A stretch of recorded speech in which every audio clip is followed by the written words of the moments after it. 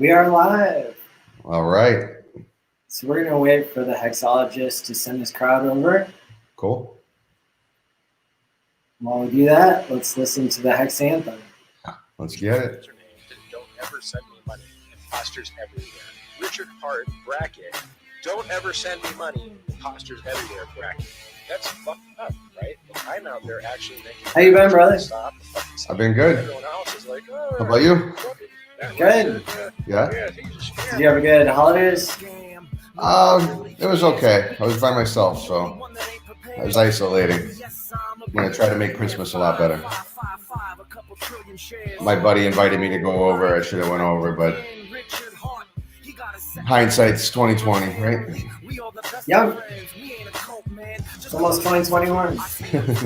They always try to take you. Buy low, sell high. I'm tired of your fake news. You need a token, you broken. You want to see some Nice. Got the lyric video? You make that? Yeah. No. Oh, no.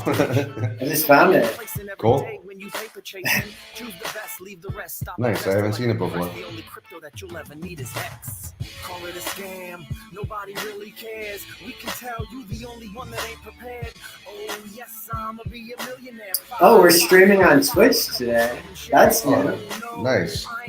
You got the same back-end software doing everything, or you got a new program?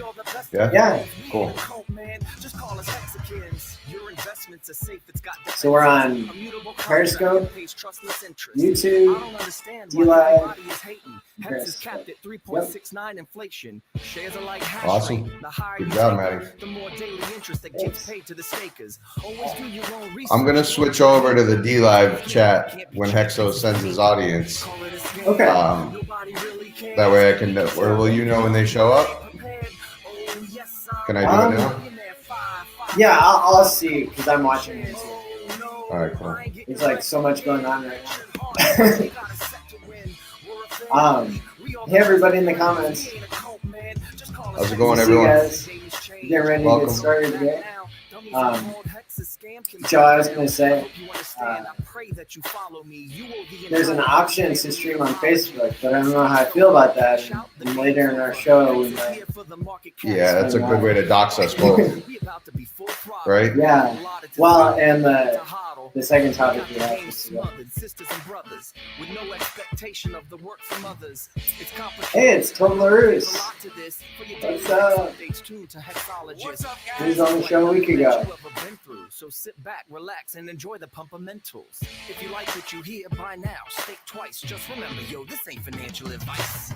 Call it a scam. Nobody really cares. We can tell you the only one that ain't prepared. Oh, yes, I'ma be a millionaire. 5, 5, 5, 5, a couple trillion shares. Oh, no, I ain't getting wrecked again. Richard Hart, he got a set to win. We are excited for the talk as well. Just call us HEXChanges. So he's giving out his chest.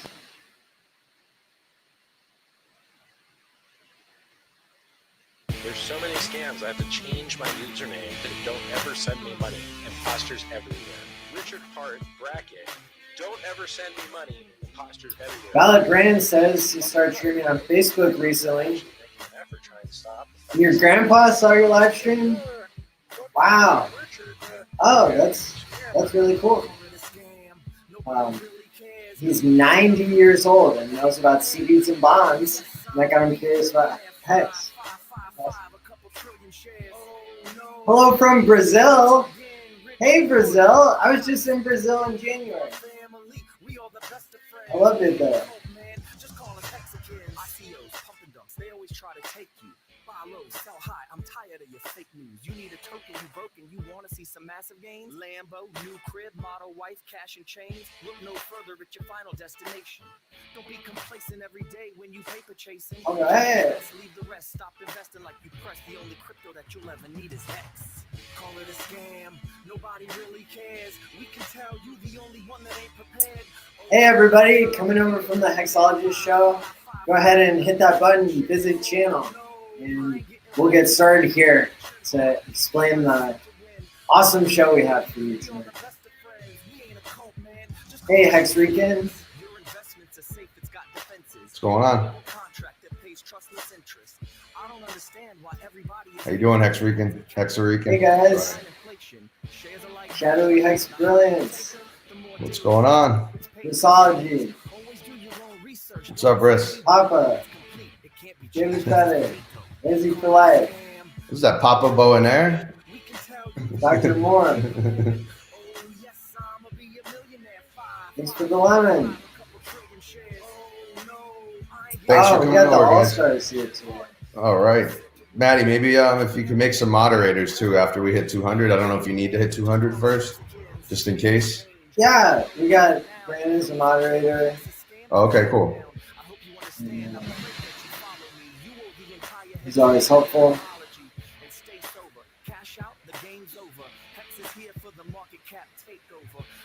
Cool, so let's play our 30-second intro and we'll get started. Today we're going to be talking about the first HEX Conference, and we're going to be talking about DM.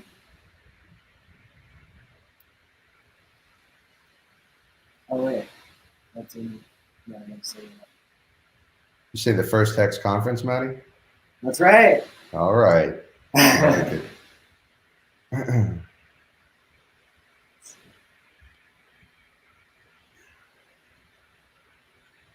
You want dead air. Is it loading up? We got AOL also, like RG3? Yeah. Oh, yeah. Well, not that bad. He had to restart his server yesterday. What's going on, Hector the Protector? Duhawks, how's it going? What's up, David? Welcome, everybody. Got no sound, Maddie. No sound? No sound, brother. Boy.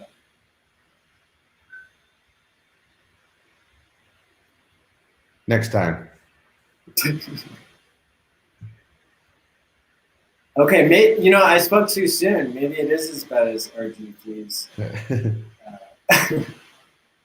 Here we go.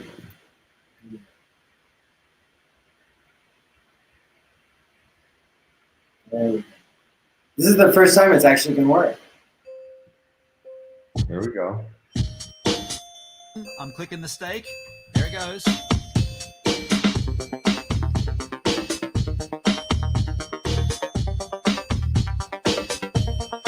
Start stake.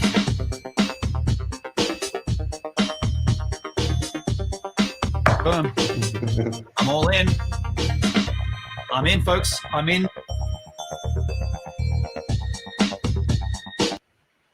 Yay.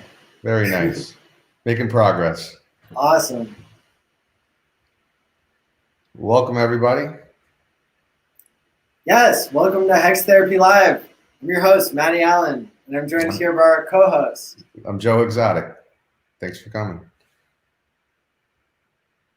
Awesome. So, Joe, as you know, we are excited to announce today that we're going to be hosting the first HEX Conference. So All right. Everybody get excited. That's awesome. Been waiting for something like this, Manny. Thank you. Yeah, it's like you and I are watching almost all the HEX content we can, right? Oh, yeah. Because we appreciate what everybody else is putting out there. And it seems like on every show we've been seeing lately, there are people asking, hey, when are we going to do another 24-hour stream? When are we going to be having a conference or something like that? So here we go, a HEXference. Oh, I like that. Nice. And so, conferences, they have weird names. So we went ahead and went with HEXChanges, right? And so it'll be HEXChanges 2021. And here we will be able to go over with you the details and how you can get involved. Cool. Maddie, tell me you got a slide to pull up. Oh, yeah. I really appreciated it when Dollar Cost called me out the other day and was like saying that I always have slides. So yeah, that was really more cool. motivated to right, have things to show. Hey, you put in a lot of work. Yes. All right, so here we go.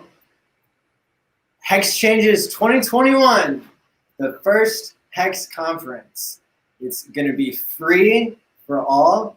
It's going to be live, and it's going to be digital. January 6th to 9th, 2021. Can anybody guess why we chose those dates? January What do you think, 6th. January 6th to 9th makes it sound like 369. Yeah. Yep, exactly. Taking the two and the one and adding them up from 2021, the 3, and then you get the 6. Oh, I like that. Yeah. I didn't know you were a numerologist as well. Oh yeah. I know you made that badass intro song. Thank you. I'm glad you're using it. I'm glad we can use it. That's awesome. So how can people find this? You can find this by going to either of these websites. And the HEXChanges.com, it just pulls through to this Medium article. I have found that that's the easiest way for me to make a web page, is just to write a Medium article and then post or basically link to it without the paywall involved. So that going to that URL should redirect you to the really long, complicated friends link that I have set up for this Medium article. And if anybody has any trouble, because like maybe your browser says, oh, I don't want to connect because it's not secure or something, then you can just go to t.me/HEXChanges, and it's pinned there. So you can get to this article. And this article really explains what the format of the conference will be and how we've got it structured. Because we're thinking that there's so many great minds in HEX that that providing a little bit of structure will really be able to showcase everything that we have to offer as a community. And of course, HEX is already the envy of the crypto world when it comes to our community and our product. And so HEXChanges will show this, I hope, by having lots of participation. And so to make sure of that, or to go over the format here, we're gonna have keynotes, panels, talks, and you guessed it, socials. Nice. And so there'll be a time frame that'll be assigned for each of the different formats. And so keynotes will be assigned when people apply and get accepted, to either be 30 minutes or 60 minutes. The talks will be 5 to 15 minutes, and the panels will be an hour. And we're hoping to have a maximum of 4 on each panel. And the moderators will organize questions for the panelists. And the socials, we've got some special stuff in store for that, and I'll announce that at a later time. And the topics are going to be displayed below. And for the materials, again, going with this structured approach, we're going to be asking all the presenters to dress professionally and have a green screen so we can coordinate our green screens. And these are, I've given examples of like which green screen I bought, and I've linked to that on Amazon. It's not making me any money or anything. It's just, I just threw it up there so it would be, again, like helping to coordinate and make it as easy as possible for everybody to get involved. And I think we said there, if you've submitted and your proposal and it gets accepted, then if you need financial assistance to be able to afford the green screen, then message us and we'll see what we can do. So Maddie, it sounds like a combination between like a TED Talk and the Hexologist 24-hour stream then. Yes, exactly. Like that? Cool. and we'll have kind of a specified time to do the social where everybody's celebrating, and a specified time for everybody to be serious and presenting. And we've got so many good people and so much good community. That's why I'm so excited about this. So this will be broken into different sessions. So session A is, so these are the categories that you could submit a talk or a panel proposal to, or a keynote. The keynotes will be on any topic being welcome. And for the keynotes, priority will be given to those individuals who have the most followers on any platform or the most expertise. And so examples of that would be like Richard Hart, we all know as the creator of HEX, or Roger Ver, Bitcoin Jesus. And we'll be reaching out to different individuals who I think maybe are sympathetic to HEX, or maybe own some HEX, or really anybody. If somebody famous wants to come on and argue with Richard, I know we would all have that. Absolutely. So you got a choice. So if I was uncomfortable, maybe just doing something by myself, I could potentially be on a panel then with multiple people. Sure. Yeah. Yeah. So the examples for the so other than the keynotes, then it would fall into the category. You could have a talk, or you could have a panel. If you wanted to do a talk with another person, I don't see why that would be a problem. Okay, cool. We'll be able to help prepare people ahead of time. That's the cool thing about TED Talks, is they take a bunch of scientists who are terrible at presenting. Most scientists are terrible, and they train them to give like the speech of their life. And so I think we can do a little bit of that with preparing people. But so many of the people in HEX are already excellent presenters. So, Maddie, Mr. Sark is asking, is the OA coming? Will the OA be attending? Oh, well, we can't reveal all the surprises just yet, now can we? Good question. Session A is HEX 101, etc. And so this would be a presenter in this area would be someone who already understands HEX really well and can explain it from scratch. And so examples would be like a panel on community, or a talk on how to buy HEX, or a panel on staking strategies, right? And those are just examples. So propose whatever you want. It would be cool to see if Brennan would come and talk about his staking strategy. That's my favorite. I keep saying it, but yeah, that's quite a ladder that he has there. And below, I've specified that there is a Telegram group for people to just kind of discuss what topics you might want to collaborate on with other people, and to help make it so that we're not getting repeat material submitted. So people will be able to talk there. Session B is testimonials, how HEX changed my life. And so you can share your success story of how HEX improved your mental or financial health. And the examples are the talks from Joe Hexotic and David Fetter that we've got linked here. Two great examples, Maddie, I gotta say. That's right, that's right. Session C will be future directions in crypto. What will you build? Where will crypto go? So examples could be Staker app, and the topic of gamifying life extension, right? And anything else you can think of that would be a future direction in crypto. And then we'll have the social hours, and there's some submission guidelines here. So we want to have a maximum of 2 total submissions or spots per person. So panels and talks count separately. Unfortunately, not all submissions will be able to be accepted.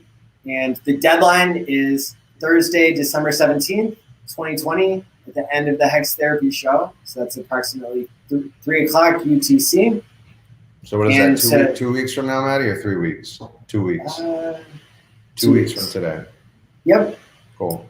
And so people will send their proposal, and the proposal needs to include these 4 parts: the session and format type, the time estimate, the title, and 4 to 8 sentence description of your presentation, which will get published in the program, the final program. Oh, awesome. And people will send it to me on Telegram, t.me/Maddie Allen.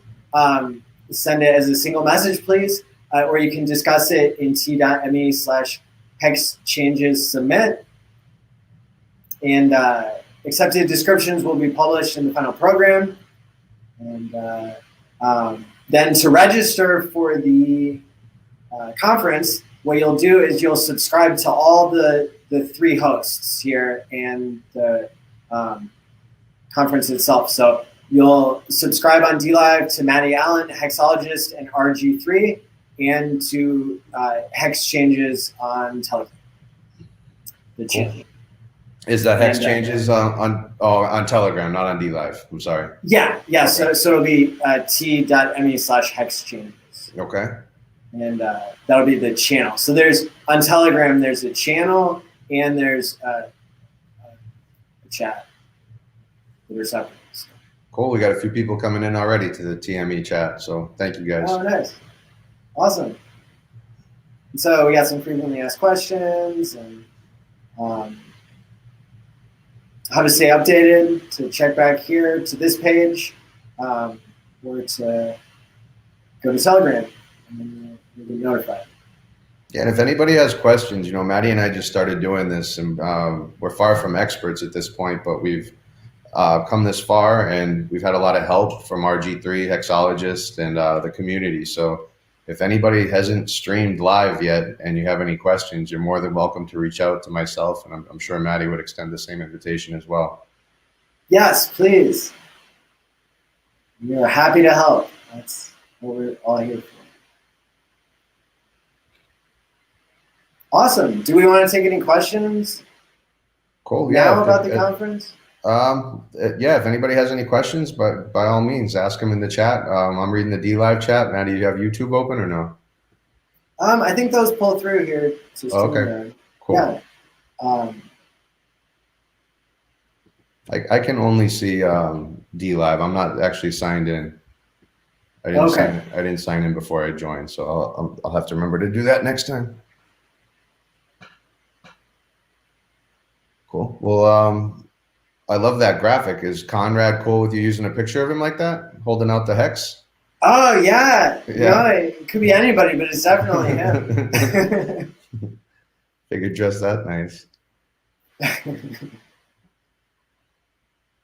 Totally. Awesome. Yeah. So I guess we did a good job explaining, because people don't have a whole bunch of questions.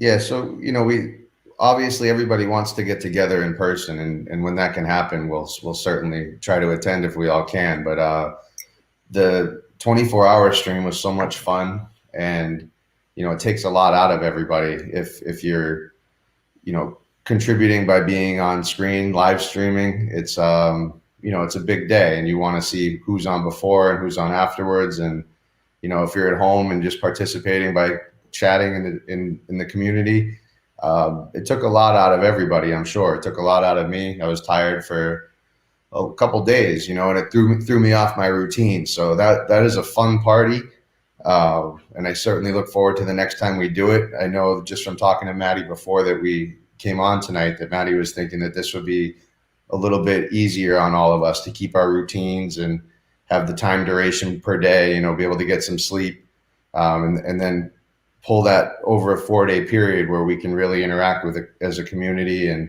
make it a big event. So I thought it was a great idea, Maddie. I just wanted to tell you again, thank you for doing this, for making it happen, for putting this together. It's all about, like what Hexo was just saying. Somebody wrote a comment on his last live stream that was just tonight that, somebody should do this. They should run a particular ad in a particular publication.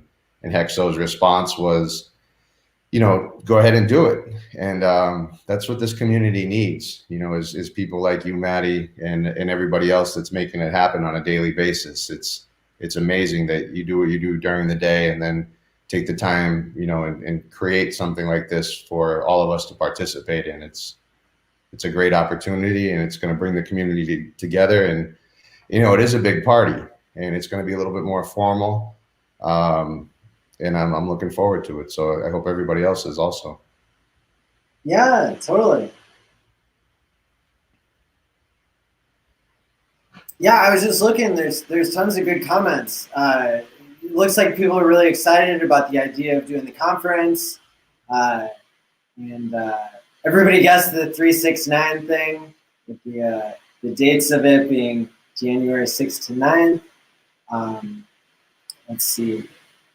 Brand shared the link, and yeah, just all the big names in HEX that are watching right now are all saying good things. And thank you guys for the diamonds. We really appreciate that. We'll be donating those back to other channels. And we just said we're getting so big now, Joe, that I'm here. We're having. I tried to log in for a second, but it kicked me off, so I'll figure that out later. Go ahead. Yeah, we're so big now. We need like moderators, I guess. Yeah, I see that. So we got Vince Chang. Thank you for being our volunteer over there on YouTube. Awesome. Thank you, Vince. Thank you, Bran. Will there be booth babes at the conference? Yes, I just saw that. Well, we can't give away all the surprises just yet. If two people can make that happen, though, we are certainly two of those people. So we'll figure that out. Yeah. And I saw Johnny Chaos's Twitter post tonight that he was talking about booth babes as well. So we got good people in the community that can certainly bring that. So we'll do our best. Yeah. No expectations, right, Manny? That's right. The inside joke with the booth babes thing is how Richard called out Andreas Antonopoulos, and that he was saying he'll never speak at a conference where there are booth babes, and Richard pointed out that he kind of used a social justice warrior argument against the social justice warrior. That just because you're born with a pretty face doesn't mean you shouldn't be allowed to make a living. Yeah, absolutely. There's nothing demeaning about that. I know a lot of men and women that do that and make good money, and it could be a secondary source of income. So I'm not sure why Andreas is looking down on it like that. He's certainly looking down on his nose doing that. It's a terrible way to put yourself between, making all this money, and then people are trying to work an extra odd job, and you got to have that negative input. He's done so much to educate people about crypto, and I think it's like he's just like trying to stay in control and make it so that because I think like he thinks it takes away from his platform when basically evil middlemen, exchange corporations can get everybody's attention, right? These days we're in a constant war for attention, right? And we're competing with advertisements and people using sexuality to draw your attention away from maybe healthier things. So I think we could both see it both ways, But in the end, the human rights probably like trump the fact that like a pretty woman could lure you into a scam, right? Yeah, sex does sell. So, just look at the community where a bunch of proportionally men dominate the space. And last night, Crypty Girl, came into the community, and it's not something that we have a lot. So the comments are funny. Everybody was very toned down last night, so that was nice. But we need women in the community, and it'd be great if anybody, if any women are watching and they do want to partake in the actual presentation, that would be great. And somebody, Mr. Sark says, recruit that Crypty chick.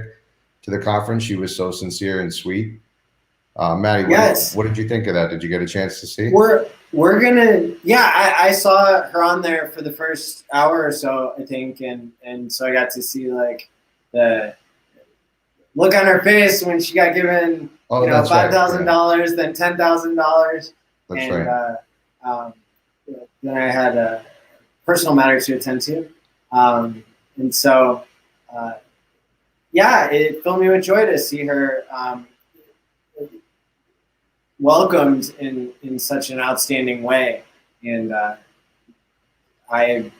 it seemed to me like everybody was being very respectful and happy to see her as a woman in crypto, right? Like that's an awesome thing.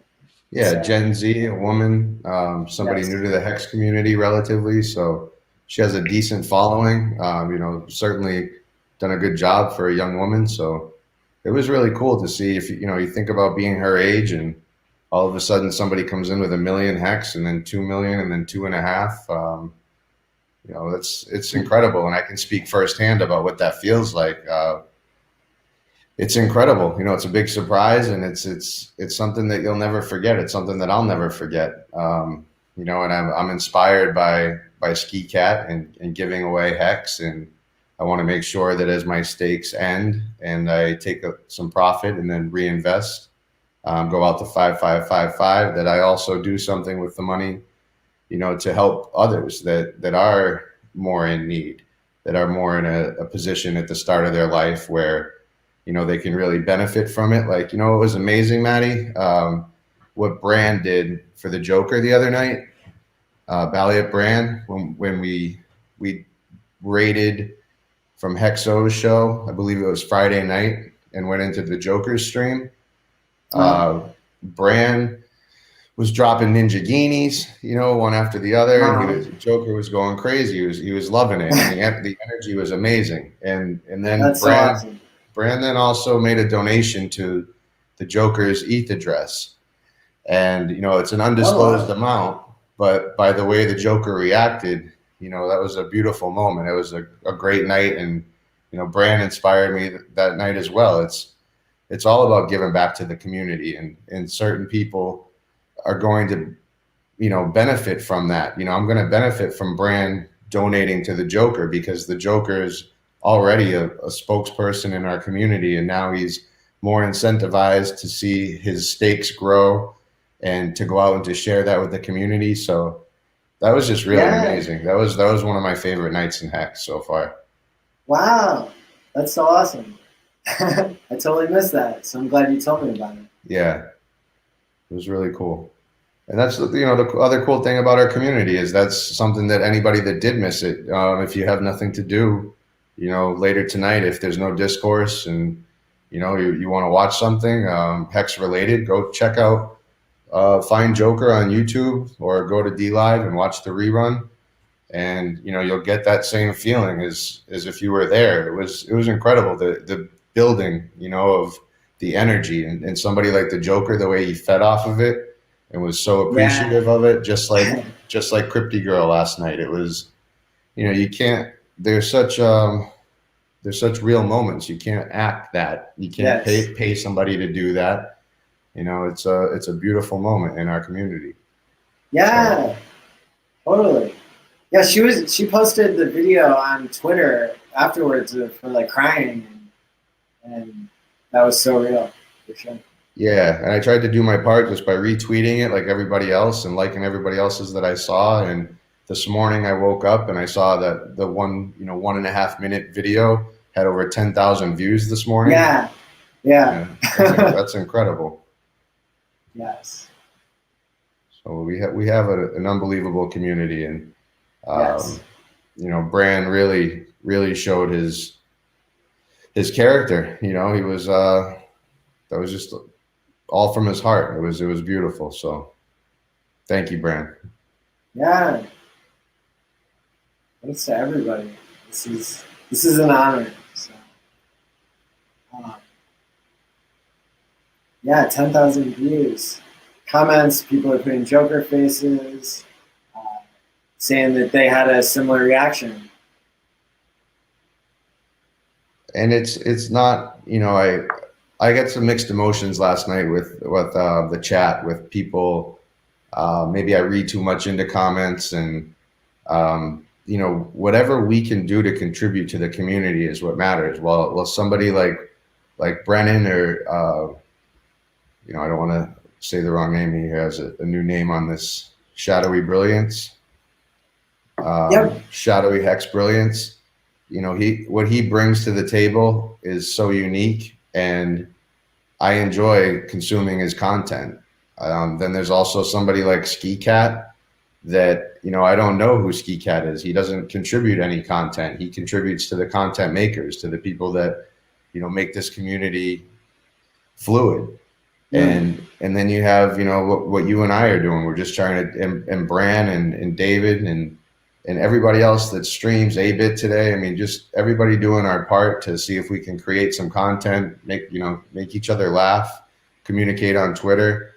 And if anyone's not a part of that community on Twitter, get involved. It's a lot of fun. It's a lot of fun to see who's creating what. And every couple hours of every single day, there's something that I really enjoy, and it's just growing and getting bigger. And whatever your passion is, whatever your expertise is, you might be able to create a little niche for yourself and really help our community grow. And then, maybe you meet Maddie at the conference, digitally, and hit it off. And maybe the two of you guys start creating something that's never been done before, and that's just really what I'd love to urge everybody to do, is to maybe get out of your comfort zone a little bit and interact a little bit more if you're not already. I mean, everybody that I see in the chat are all people that I see all the time. So I want to thank you guys for creating content. And Maddie, I don't know if it's a good time to talk about it, but I wanted to discuss tonight,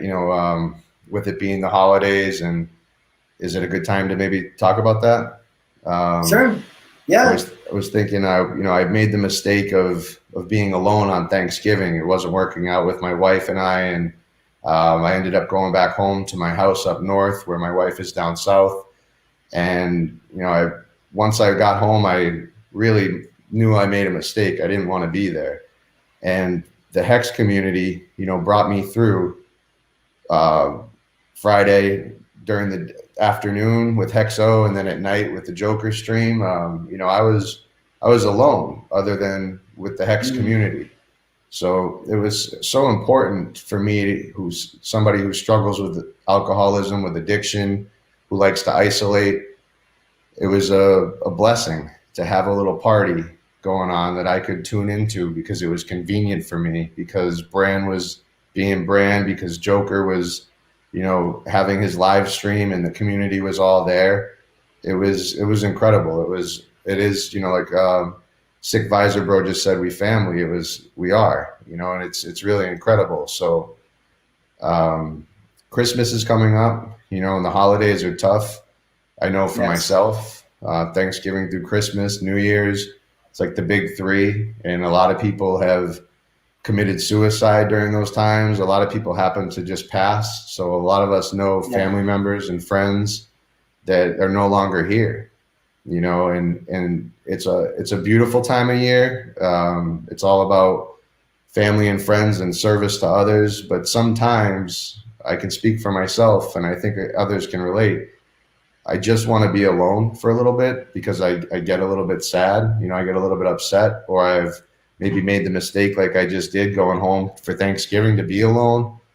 And, without this community, I would have actually been alone. And that's really not healthy. So, going forward through Christmas, I'm looking forward to everybody still to continue to create the content that they are. And, I'm starting to rely on it. It's a beautiful thing, what we have going in this community. And I just want to say thank you to everybody. Thank you for being there. Yeah, thank you for sharing. Yeah. This is real talk, and this is, for many reasons, a time of year that people's mood is more likely to dip, right?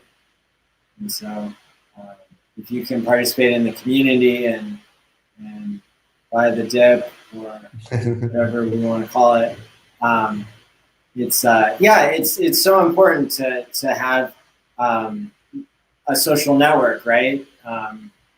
And I know one of the topics we're going to talk about later has to do with social network and good versus evil. But what you're talking about now is exactly what is important about a community that's more than just about money, right?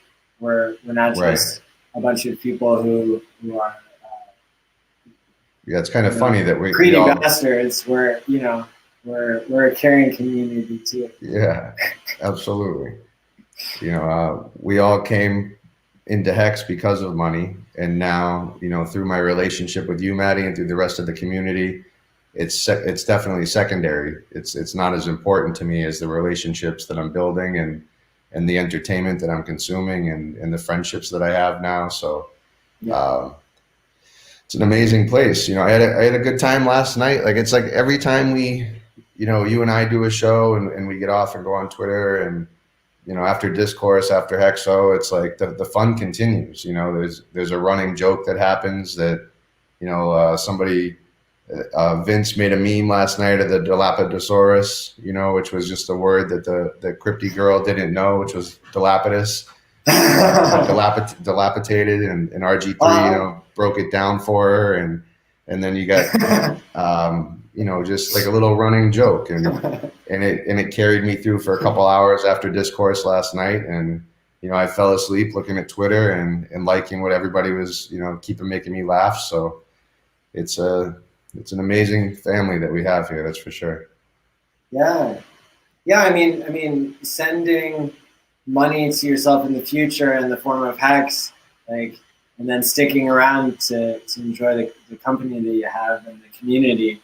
It's that's part of what's sticking us together, right? Is this shared belief in decentralization is a way of the future, that money should have a function to reward people who are saving and delaying gratification, and that may be one of the reasons why I'm so bullish and impressed by the character of the Hex community. There's some really good people in here, and I don't think it's by accident. I think Hex turns people into better people, and I think Hex attracts good people, right? And your vibe attracts your tribe. That's right. I like that. I read that on a piece of chocolate the other day. Nice. Yeah, and to steal a quote from Shadowy Hex Brilliance from Brennan last night in the chat, he said that we're a group of outsiders who came together to become the new insiders, and it's amazing. Like, it's I didn't know anything about crypto 120 days ago, and I'm certainly excuse me, I'm certainly no expert, but the amount of content that I consume that's crypto related, particularly in Hex, I feel like Hexo was saying tonight, he's almost has a PhD in cryptocurrency, especially in Hex, and so that's right. There's we're at the forefront of this breaking market that is only 11 years old, and Hex is only 1 year old. Happy birthday, Hex! Right? It was December 3rd. Happy birthday! So, what an incredible time it is to be a part of this, to get involved, and nobody's late to this. I thought that I got my father late into this because it was right before big payday, and I had him get in, and he bought it around a penny because it had already been at $0.015, and then it dipped down, and I never thought it was going to dip down like it did. But my dad was able to get in a little bit more today at 40.004 of a penny. Yeah. Right. And so the opportunity still exists. He was able to buy a T-share, 10 T-shares for less money, even with the increase after big payday, even after the ROI increased the price per T-share. So, at today's price with 1 ETH, you could potentially still get in at an unbelievable place where, like we said already, it's not just about the money anymore, but certainly it all feels good, you know, when the community is making money and everybody gets in at an opportunity where you can see a return on your investment. So it's great to see, you know, I'm sort of in a way proud of myself, and thank you, Maddie, for helping me with my perspective on this, because I had you know, it was heartbreaking to think my big payday was going to be so lucrative, and it still was. But I just thought it was going to be so much more. And I thought I had to get my few friends in that I really trusted, that I wanted to share this opportunity with, this special time. And I'm thankful that now there's still more opportunity to get in. There's still time to spread the word and to share this with people that we love. And like you and I have talked about before, it's special. It's growing at a very special pace. It doesn't need to blow up and go mainstream tomorrow. You know, it's who do you love in life that you want to share this beautiful mechanism, this unbelievable product that Richard and his team came up with. This, you know, it's not something that I post on my Facebook. I don't shill this to people I don't know. I share it with people that I really care about. Yeah, same.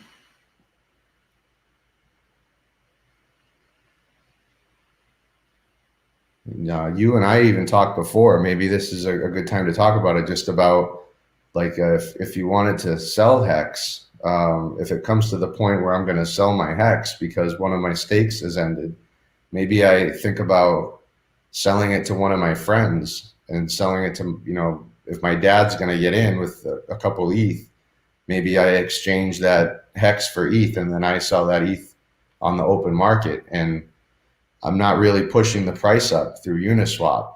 You know, we're not pushing the price up on one another. We're sharing that special Hex with each other, and we're making essentially an over-the-counter sale. And that was your idea, Maddie. You know? Yeah, and I haven't thought enough about whether that would really make a difference. Because if you have a true buyer who's going to buy no matter what, and a true seller who's going to sell no matter what, yeah, I mean, at least if you're onboarding somebody to take your place, yeah, it's like you never left. Right. Yeah, I think like on this channel and in our discussions, Joe, we've been exploring like this idea of like moon math and like, you know, what's up with that, and you know, should we start doing some earth math to stay grounded? And then we're like running through the numbers, and it's like, wow, you know, like that's still impressive. Like there are a lot of pumpamentals here, even if the interest alone doesn't 250x or 80x, which you know, I think it still could, but even if people in the community are adjusting their numbers, that's okay. And one of the themes that we're going to keep revisiting in this show is to help you understand that that the more emotional control you can have over your involvement with Hex, the better. And we can remind everybody that this is not financial therapy or medical advice.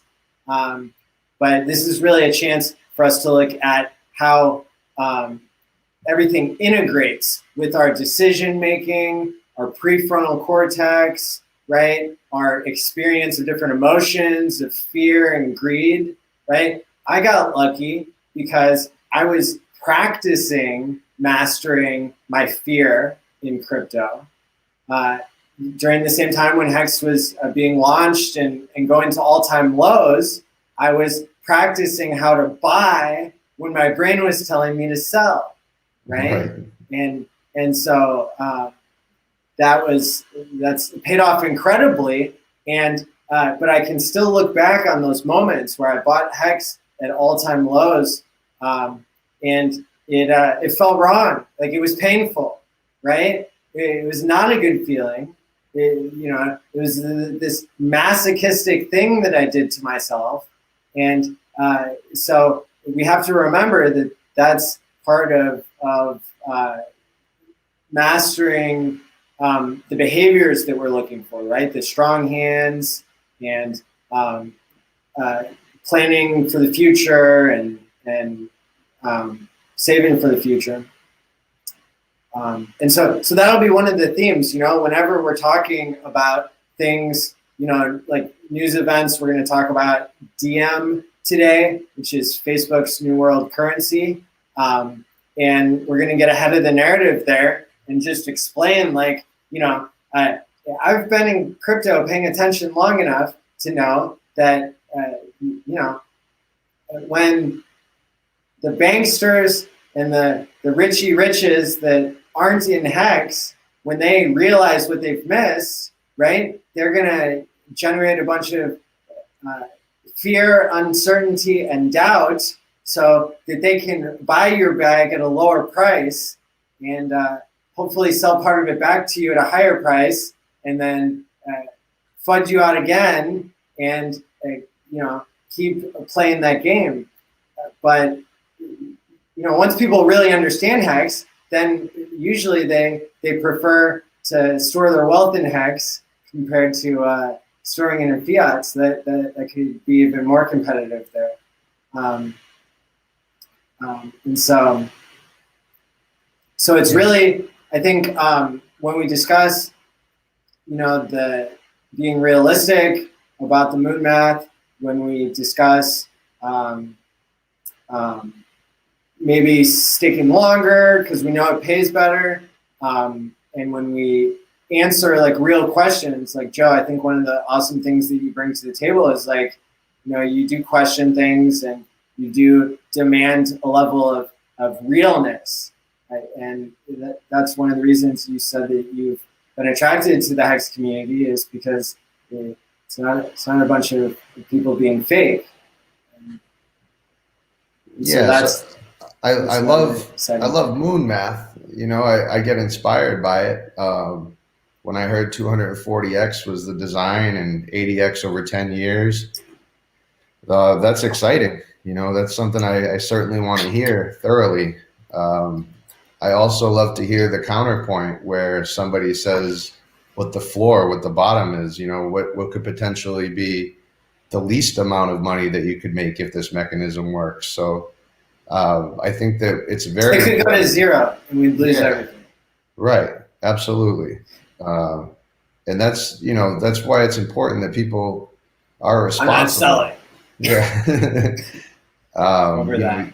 Use a discretionary income and take care of your bills and your savings first. And that's a work in progress for me. I'm not the model citizen for that. I got into HEX because by luck, and is not something that was my discretionary income, my disposable income. It was not. It was money that I could have paid bills with, but it was just a little bit, and I started to see what the potential was, and then I fell in love with the community. And I do believe, like you and I talked about, you broke down the math for me today, how it could easily do 80 to 240x, regardless of the price moving up or down, up in this case. And I appreciate that. I love to hear also in the chat when sometimes people don't take things at the first word, with whatever the narrative is right at that moment. If somebody's excited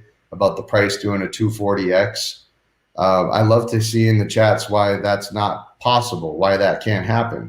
And then the argument takes place, a friendly family argument that provides both sides of information where I can consume both and I can figure out, what I want to take from that conversation. And that's part of doing your own research, right?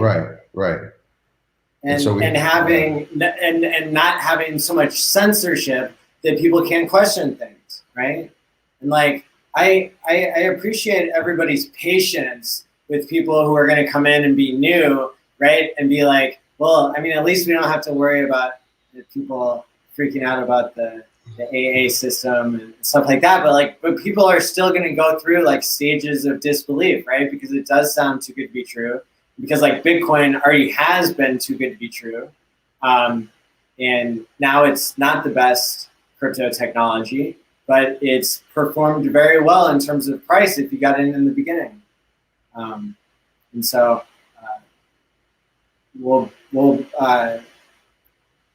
it's helpful to have an example like that, right, of something that went up now 1.9 million X, right? Like that helps us like start to be able to comprehend the fact that crypto is the highest appreciating asset class. Yeah, there's something crazy about, people want to buy the all-time high right now of Bitcoin, and I'm sure it can go even higher. But somebody that has never owned any Bitcoin before, when they're coming up and asking me today how they can get into Bitcoin, I'd love for that person to buy Bitcoin, and I hope it goes to $80,000 next year, or $331,000 in 18 months, like some of the tweets that I've seen by bankers even recently. And yet I don't believe in that mechanism at all, so I can't support that. But what I do believe in is in HEX. And then, like you were saying, it takes a certain mindset to buy when it's not at an all-time low. It's not even close. But when we just were at 1.5 cents and now we're at 0.004, and someone's new coming into it, it's really odd, the mental mechanism that's taking place that's making that person not want to buy HEX, but potentially buy Bitcoin, which is at an all-time high. And I know from myself, like I was buying a lot of coins when I was just trading recently, when I first got into HEX, that like, Wi-Fi, for example, Wi-Fi, what an absurd project. And, it got hacked. Yeah. It's not secure. Yeah. But I just bought it because it was, price appreciation. Yeah. So like, I'll tell you what I did, and people can do what's right for them. But like when I was training myself to buy dips and to master the emotion of fear, what I did is I told myself, I'm not going to buy on a day when the price is up. And so I forced myself to wait until a day when the price was down. And for me, it didn't matter how much. I mean, that was a higher level. That was a more advanced skill, was buying when it was a certain percent down. But the beginner skill here is being able to buy whenever. So stop yourself from buying until there's a day that it's down any percentage, and then that's a simple way to practice mastering fear, because it's the fear that makes you buy the top and sell the bottom, right? Right. And then it's the greed that makes you not sell the top, right? And so that's something that I worked on afterwards, right? So the first thing I worked on was mastering fear and buying the dip. And so, even if you're unable to do that with like the majority of the money you're putting into crypto now, you could practice it with just a very small amount, right? You could practice it with $5 worth, right? You take $5 worth and you wait for a day that HEX is down, and then you practice buying them. And so I'm just telling you what I did. The cool thing is that the dips aren't over, and they'll never be over. Nothing that moons goes straight up and doesn't have some sort of dynamic artifact, where you can purchase at a dip. And probably the best strategy is to just buy all in when you find something that's amazing. Like technically, that's probably the best strategy that I've thought of, and that I've heard other people speak on. But for me, I wanted more skills and more tools. I had already made a big buy-in, and so into crypto, a while back, and so I was at that point. Then I was like trying to manage my behavior going forward with like my ongoing income. Like, how would I invest that, right? And so I'm not telling people to not go all in, right? You wouldn't be Matty all in. That well, and it's just I because I'm not giving financial advice and I'm just using free speech to discuss like what your options are, right? Your option is to not buy any crypto ever, right? And if you're committing a certain amount of your money towards crypto, then are you going to dollar cost average in? Are you going to buy a dip? Are you nobody would plan to buy a top, but you don't know it's a top until after the fact. So because we're not, because we can't read the future, there's going to be different strategies that are right for different people.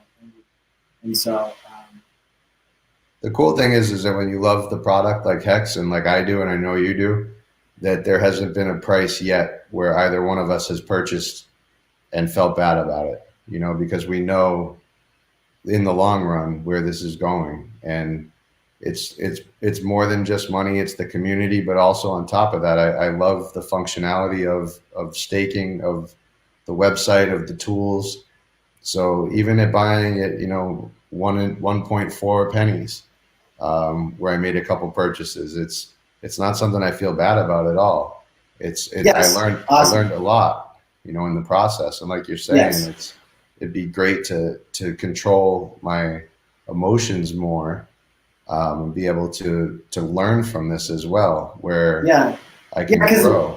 Because I think now that I've practiced buying when I felt like I shouldn't, when it was painful, when it was down, now that has caused me to have a better psychology and emotional regulation when it comes to even if I don't have money to invest, not selling the bottom, right? So if Hex goes down 60%, a correction, then I'm not selling, right? Because even if I don't have money to put in, I've practiced buying at that level. And so I've got a better relationship with that emotion at that point. Right. And so that's another point to make, that it's relevant to people not getting. And so this whole discussion is really getting at this idea that mark my words, if you pay attention to crypto, you will hear stories that make your stomach drop and make you think, oh no, maybe my investment in Hex wasn't such a good idea. Well, I think it was a good idea. And so we're going to be here to help you prepare for any of those situations where you hear a news story and it makes you fearful, and then you do something stupid like selling all your Hex for less than it's worth, right? That's the cool thing about Hex. We decide how much it's worth. Yeah, even right now is a tough time. We were on our way down after big payday, and Ethereum and Bitcoin were going up. It's nice to be decoupled from them price-wise, but there was some times when I was buying in, but because I was just getting ETH to buy more Hex. And there was some times where I was thinking, why am I doing this? ETH is coming out with ETH 2.0. Maybe I should keep my money in ETH a little bit. And I started my emotions took over my control. Yes. Exactly. And we see that, there's Bitcoin obituaries where you can go back at any point in time, and they're saying, don't buy Bitcoin at $1. It's the worst. Right. And so, but to me, having that knowledge, and there is a Hex version, right, of Hex obituaries out there that collects news stories that Hex is dead when in fact it obviously isn't, and it's kind of a sarcastic thing, product, the whole obituary news article scene. But I just saw that yesterday. I don't know. Somebody in the community must have tweeted it. Was it Richard or? Okay.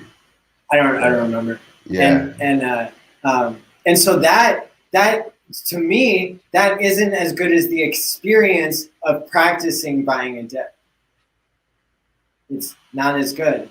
because your brain can tell you one thing, but if you don't have experience acting on that emotion or not acting on that emotion, then you're kind of. This is why so often people's psychology is that they can know better and they can still do something that's harmful to themselves, right? Or not do something that's healthy for themselves, right? And so if you're trying to quit smoking, or you're trying to eat better, or you're trying to exercise, like in some of these things, it doesn't matter how much knowledge you have. It matters whether you're able to change your behavior or not. And behavior changes is a very, that's what I specialize in. That's what I help people with all day. And so that's one of the things that I'm interested in exploring with all of you in crypto is how do we train ourselves to be like the best savers for ourselves in the future, right? And I'm talking about saving value for the future, but also saving yourself by incorporating more health behaviors. So you will be able to enjoy those mad gains that you may have coming, right? And so that's where like HEX and life extension really like lines up, because some people are finding that HEX extends their life by giving them hope for the future and not having as much suicidal thinking, or some people are just taking omega-3 because they've learned on this show that it helps insulate the electrical wires in their prefrontal cortex, which causes them to have more control over their healthy behaviors, and live longer and have a longer health span. You don't just want to live longer, you want to live longer and feel better during that time.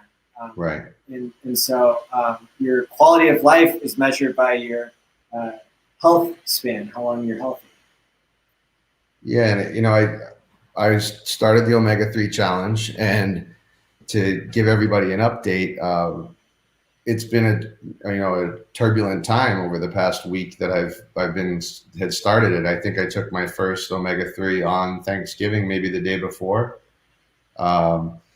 So I don't have a great baseline of, being sober in my routine at my own home and taking this one difference. But Maddie, really believes in this and has great real life examples of it working. So I know what I'm going through and I know how difficult it is. So I continue to take it. I was looking at it like HEX, it's something I believe in. I didn't know a lot about, but the more I learn about, the better I like it, the better I feel. And so, after just 7 days, 8 days maybe of taking it, what I do feel is proud of myself that I've been taking it, that I took the time, every day to make sure that I did it, despite driving, 24 hours straight to change states. And, I'm not in my home right now.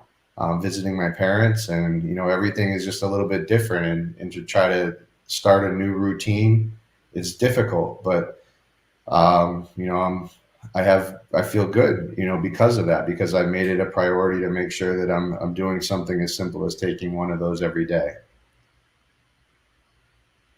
Yeah, that's awesome. And that's one of the secondary effects, is that it can raise your self-esteem when you're practicing self-care behaviors. And when you're doing something every day that's investing in your future, you're valuing yourself, and that's how people change their subconscious beliefs about themselves, is by proving it through action, that you're worth having a healthier brain, and you're worth having better behaviors. And so I'm excited that you started taking the omega-3, because this is something I've been taking for a number of years that I believe has been, it's something where it was a noticeable difference in my life. It's like night and day. I had this aha moment where I realized that it was the omega-3 causing my brain to operate better. And it looks like we had somebody in the comments much earlier tonight give a shout out to the omega-3. And so I'm so excited to hear HEXALTED has been taking omega-3 and is already feeling better. That's awesome. So omega-3 is the material that the body uses to create myelin, which is the myelin sheath that insulates the electric wires in the brain, which are the axons.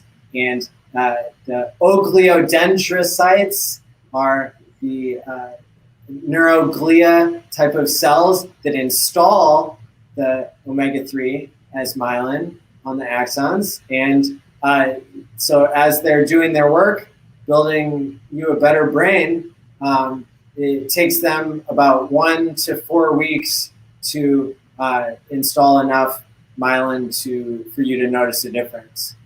Okay. What I've seen in probably multiple hundreds of cases of people. So I've been taking one a day, Maddie. Is there a time where I ramp that up? Because I remember when you and I first started talking, Yeah. I thought that was the case.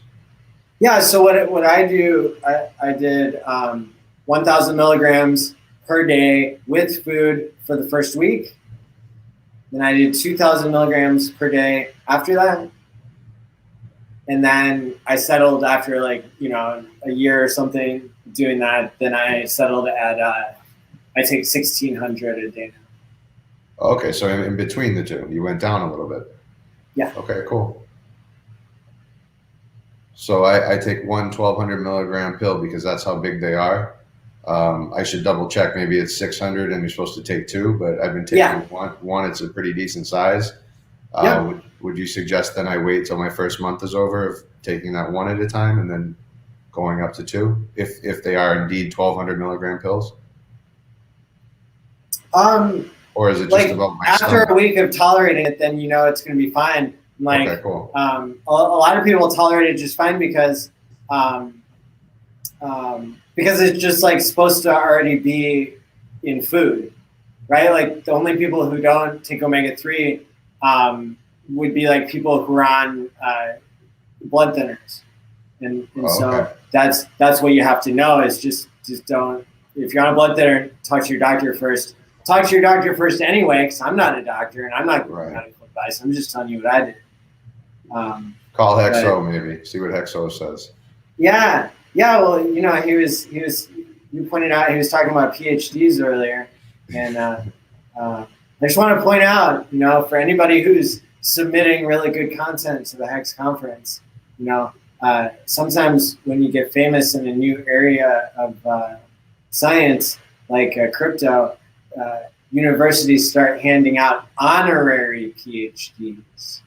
So you don't actually have to do any classwork. You just have to have a bunch of really good ideas. So that's awesome. That's one of the bonuses that might exist for you in the future if you participate in the HEX conference. No academic advice. Right. One last update on the omega-3s. I haven't had any fish burps, so I keep them in the freezer like you suggested. And good for you. Not one time if I had anything that was out of the ordinary. So, I was concerned about that because when I was younger, I had taken fish oil, and I remember what that experience is like. So, happy to inform everybody that that's not taking place if anybody's interested in taking it themselves. Yeah. It's a good update. Thank you. Yeah. So should we get into some DM? Yeah, let's do it. Well, there was a question. Lazar is asking once a day, twice a day. I do mine just once a day. That's a good question. And I do it with food. What is QD and BID? Those are medical abbreviations that are Latin and stuff. Okay. It's weird. It's like pharmacy talk. Cool. How did you get all the actors to talk about HEX? Well, I paid them. Good question. I paid them with my mad gains. And that's part of the reason why HEX doesn't have a tragedy of the commons, is because I just did what Richard said, and got $2,000 worth of Uniswap tokens for free across 3 different accounts, and so I had plenty to give back to the community, and I'm going to be totally transparent. There were a couple of the celebrities that didn't know they were talking about Hex as a cryptocurrency. They were just shouting out to Richard. That's what they advertised that they would do for money, and so that's what they did. And I went back and forth about the ethics of that and decided that it was okay because they were selling a service and I was buying a service, and boo-hoo, they're on the right side of history, like whatever. But then I've gotten bolder in my script writing since I started, and Flavor Flav really didn't know what he was talking about. Christian Naren from Game of Thrones, those season 2 Hex cameo, they all know what they're promoting.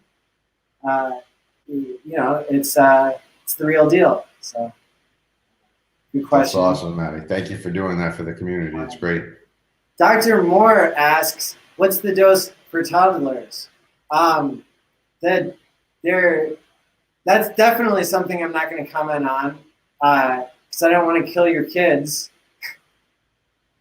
And what I recommend to people that I work with in the clinic is go ahead and just give your kid a healthy diet and not nutritional advice. But omega-3 naturally occurs in certain fish, tuna, salmon. It's added to other foods. Check with your pediatrician. But also, you're a doctor, so tell us. Right. Tell us the dose, Dr. D. Rajmore. Isn't he? I think so. I think he really is. So. Yeah. So, all right. Thank you for the kind words.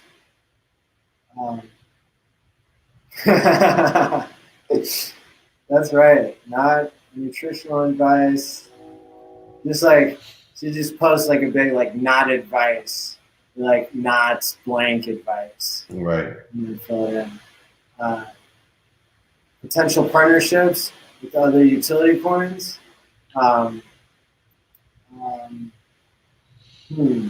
Well, we're going to talk about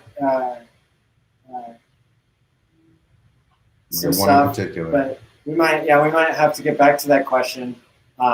We save it for another time because I think that the partnership is going to be between the community and just using Hex itself. We've already got Ethereum pumping our bags, and but the real prize is going to be using Hex to pay your future self to practice healthier behaviors and live longer. And this is a new function of money that hasn't existed before, where instead of just paying other people with paper money, you've got digital programmable money, the hardest form of money. And so people are going to hold on to their Hex, and they're going to sell everything else.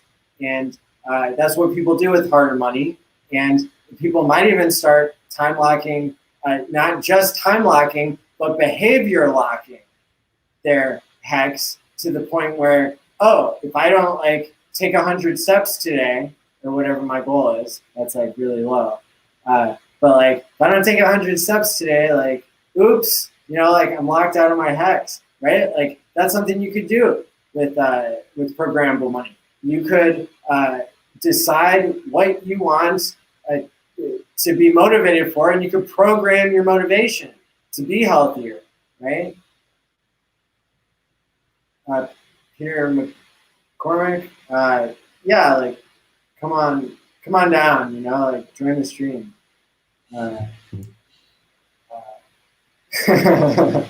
Yeah, apparently he didn't get enough the first time because he came out on Twitter again recently, you know, going at Richard. Oh, And really? I was surprised because our community is aggressive, you know, so I don't know why he would want to draw that sort of attention his way again. And he's complaining of back problems. He has sciatica and can't move and is looking for help, you know, from the community, while at the same time badgering the Hexicans and Richard. And it's a Let's help confusing. him.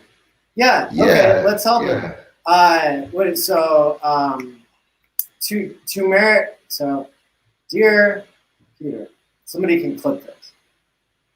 Dear Peter, I've heard you said some mean things about Hex, but we all know Hex is great. So I would just like to not give you any medical advice, but tell you that, you know, there's people out there that use turmeric curcumin to help with inflammation, and that's one way that you can decrease physical pain without using any sort of addictive medication.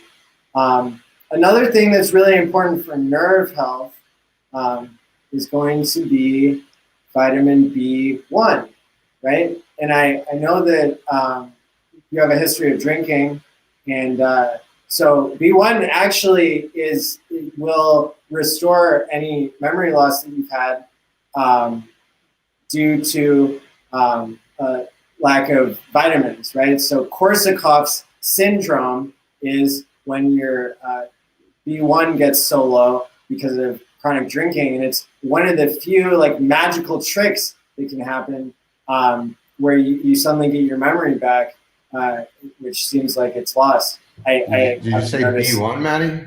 I haven't noticed that you have any memory problems, but so it's actually good for nerves as well. Yeah, B1. B1? And, okay. And so that's and it's something that can be taken in doses it's sold, you know, at Walmart over the counter in super high doses, like it's like 5,000 times your daily dose because it's water soluble.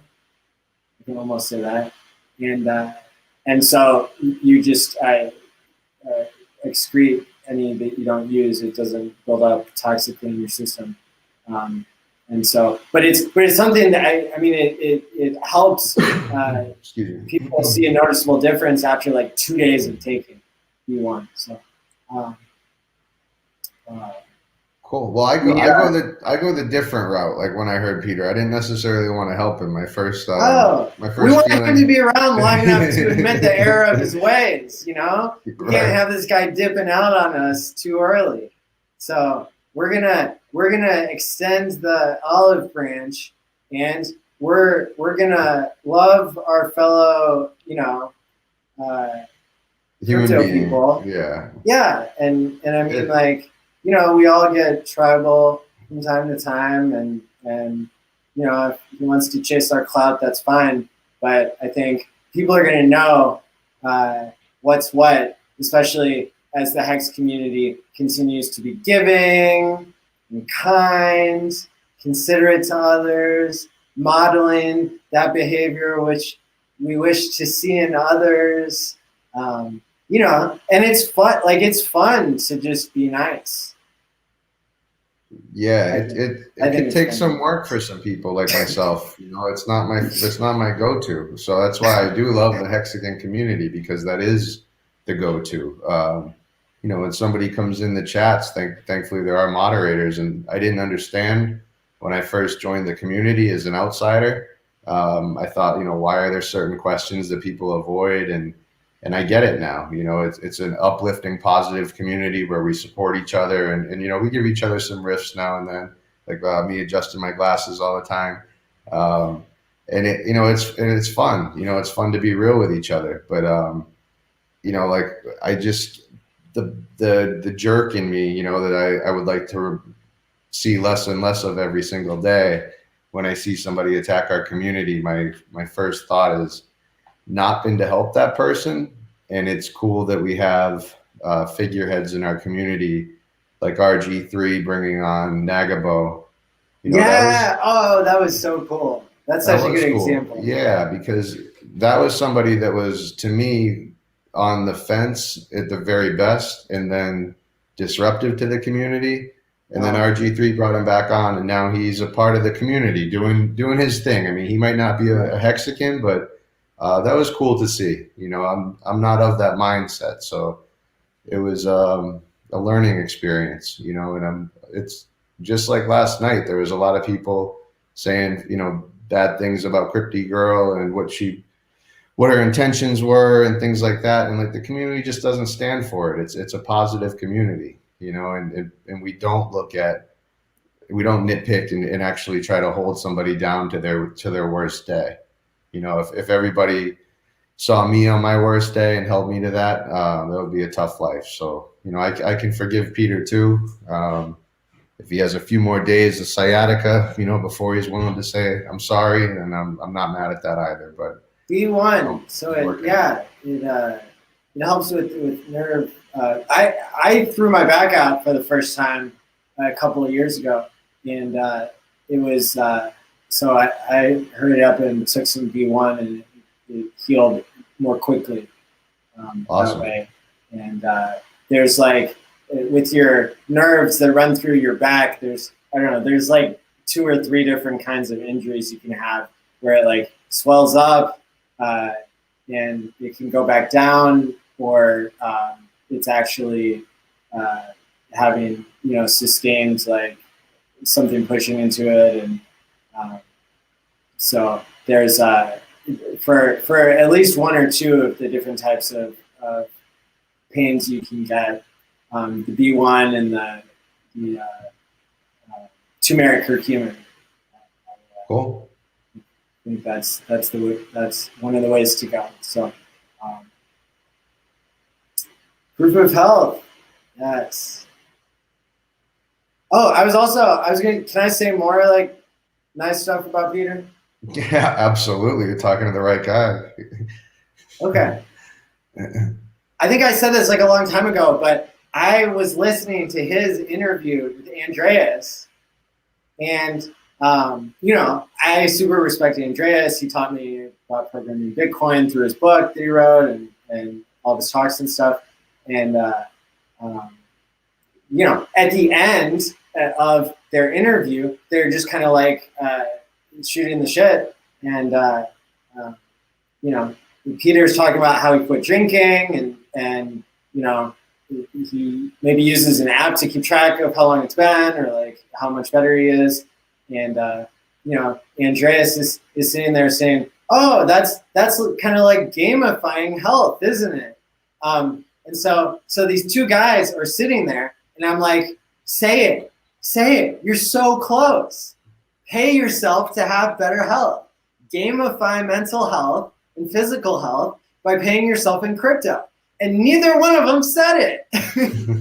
They were so close. They had just been talking about crypto for an hour, and then they talked about gamifying health behaviors, and it's like they didn't put it together. So go to 3gcrypto.com and read my article about gamifying mental health being crypto's killer app, and Hex is better positioned to do that than anything. Yeah, absolutely, man. And you know, to touch on a couple different things at once, you paid yourself to hold yourself to a challenge. You were going to burn 10,000 hex if you didn't follow through with your run. Steph, you know, held you to it. You went for a 3.69 mile run. You know, Richard weighed in, said, please don't burn the hex. You know, also your background with paying people to stop smoking tobacco, being paid $1,000 from an outside source. You know, it just... That's 2008 money. Yes. 2008 money, right. So, you know, my time drinking alcohol, doing drugs, still I smoke tobacco to this day. I buy energy drinks, and all of these things are great. If, you know, I'm starting with omega-3, and I'm hoping that I start to get a little bit more self-confidence and feel better in my own skin, and just be happy with where I am. You know, I've taken a lapse. Awesome. Yeah. I've taken a lapse in my 12-step program because I've been floating back and forth between 2 states, and I'm not keeping in contact with my Bible group as much as I was. So I had a routine where I was working on myself through God, helping others. It was very rewarding. And so I'm very thankful to have the show and to have the community, because I can receive that good from there. And so, my plan is maybe at the 1 month point with the omega-3s, which is in 3 weeks from now, I'd love to be able to try to stop smoking and pay myself to do so, like you said, you have experience with. So I also would love to get some more HEX. So I can't think of any better way than to pay myself in HEX if I can stop smoking, so maybe you can help me with that as we go on. This is the future of crypto and mental health and physical health, and HEX is on the forefront. This is definitely the topic that I'm going to speak on at the conference, and awesome. I hope that other people can get excited about it and give it a try. We're all pioneers, and this is a unique situation where our community is like a big signal and like low noise. And so like what we do as the first people to HEX is going to set the tone for everybody else who comes after us. And my prediction is there's going to be a lot of people coming after us, especially if we have a better use case than any other crypto, right? Because you don't just want to hold HEX because it can go up in value. You want to hold HEX because you can pay yourself to live a better, healthier life. And that's what's bigger than money, right? And so there's going to be a lot of value to be had. So I see in the comments, like, David, you're saying that you drink booze too much. And, anybody out there can make a health challenge for themselves, post it to Twitter, tag me, tag at Hexotic Joe, and we'll support you. We'll hold you to what you're wanting to do. If you want to go a day without drinking, or if you want to go on Discourse Syndicate on a Friday night and be sober and talk about what your goal is, that would be like super good content, right? Hey, Hex Toshi has a comment here that I love. He said, many years ago, my ex-wife followed me around and harassed me when I started to pray for her, both of our lives got better. Yeah, I have a very similar experience, Hex Toshi, and I wish would be keeping that in mind right now. It's like a snowball in and out with God, with helping others. It's just a little by little that you either make it bigger or make it smaller. And, I've been having all this trouble, like I've been saying, and it's the holidays and I'm not in my routine. And, those closest to me tell me that I need to stick to my routine, Maddie included. Maddie lets me know how important it is. And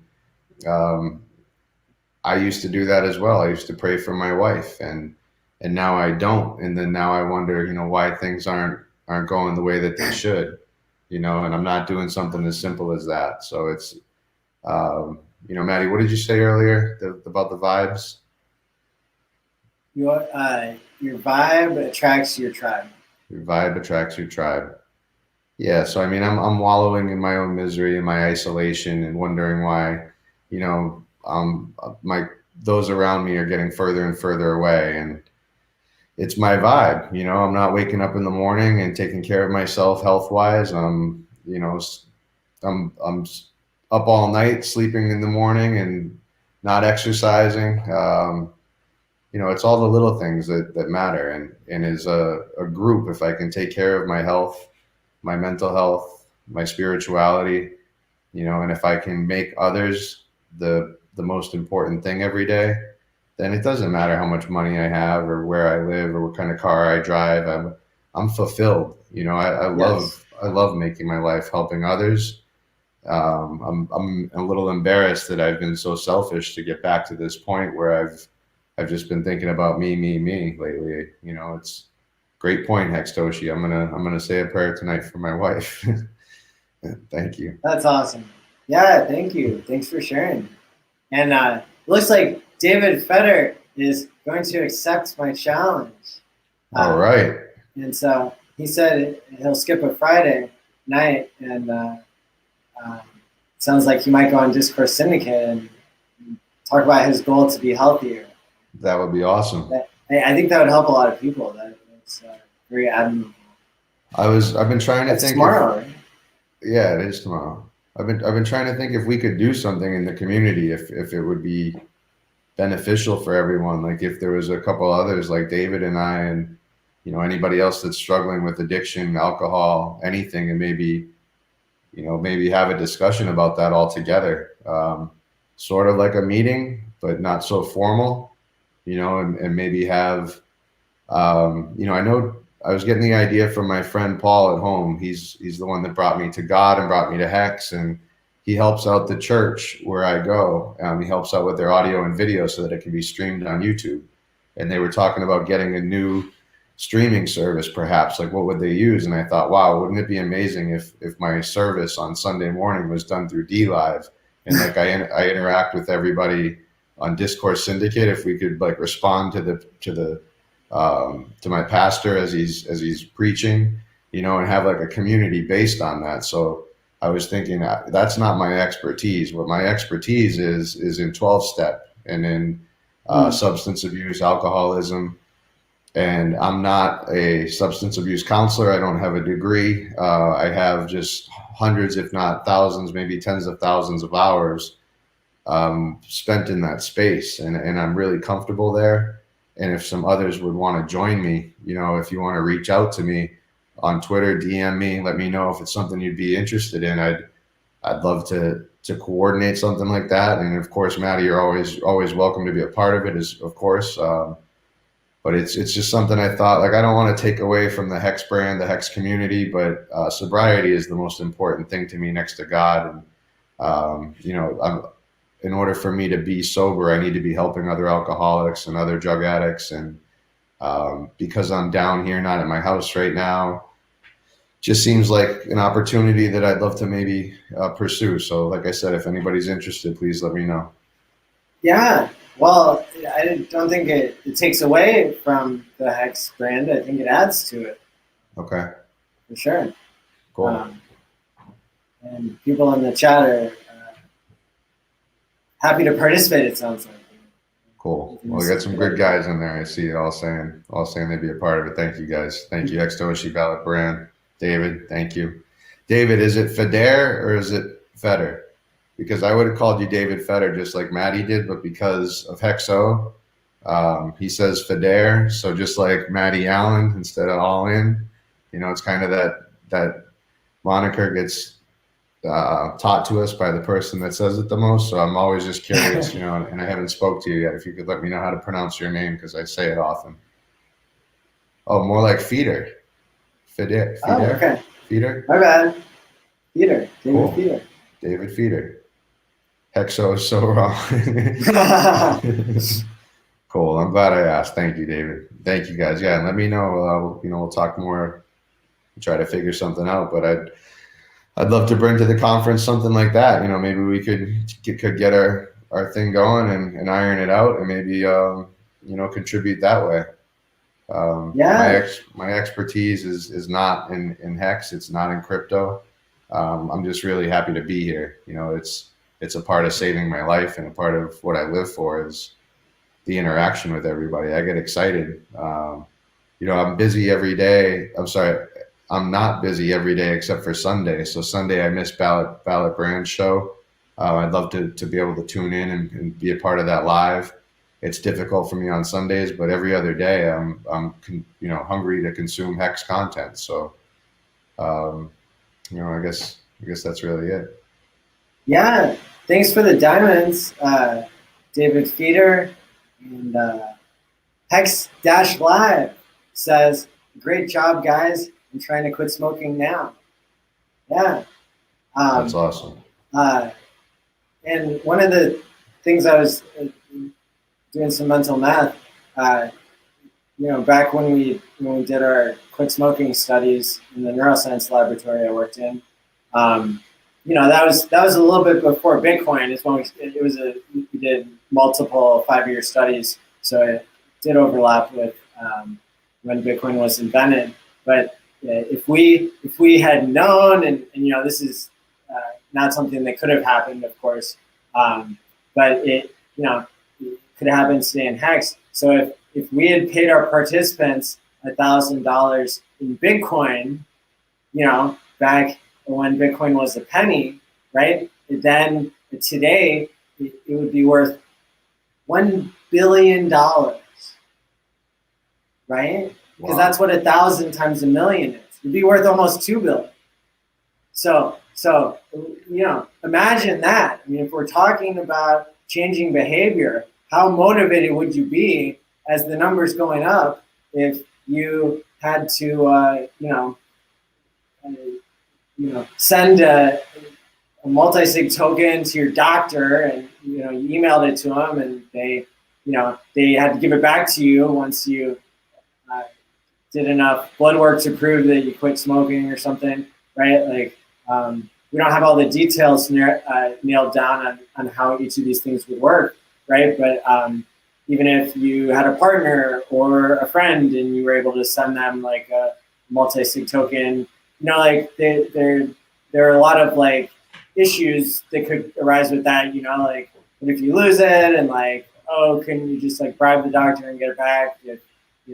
And that's true. Like but I think in the game theory, what we're just looking for is like, how could you motivate yourself more than you are now, right? And so it doesn't have to be perfect. It doesn't have to be like as good as the security of Hex already is, right? Like Hex is still going to have security whether you're paying yourself with it or not, right? And so if you're adding another layer onto Hex, it's not like scam coins, and it's not gambling, and it's not shrimp farming, it's not all this other stuff, right? But if it's like, oh, I'm going to pay myself to quit smoking or to quit drinking or to exercise or eat right or whatever it is, right? Like just because you could find a way to like get around your own security on that, like that doesn't mean that the idea should be dead, right? Like and so I mean, you can tell I've thought about it over and over again since I'm like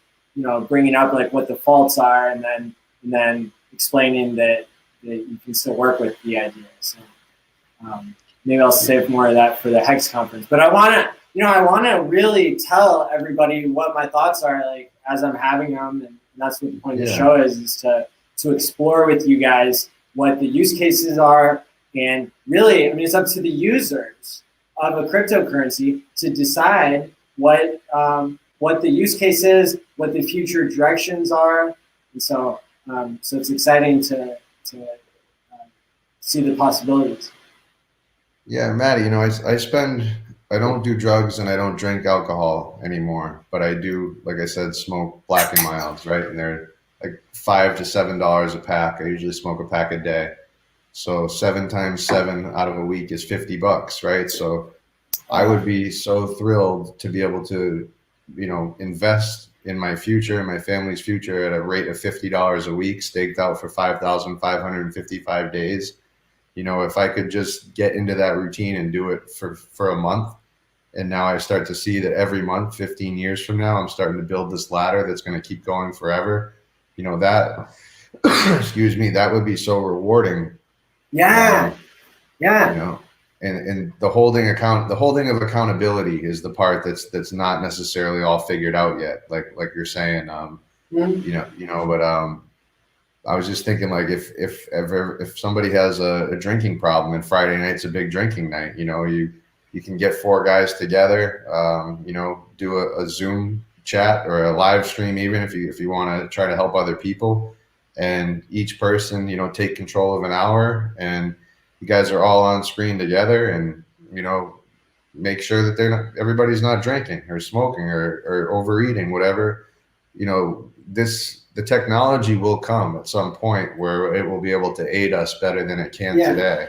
Yeah.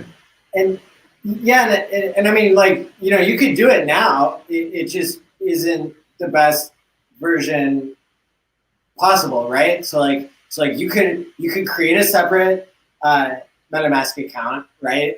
And you've like already backed up like your seed words and made sure that like, you know, you're not sharing those with anybody on like your real account, right? Or like what I do is like, I'll just like go to a computer that like I don't have my main Hex accounts on.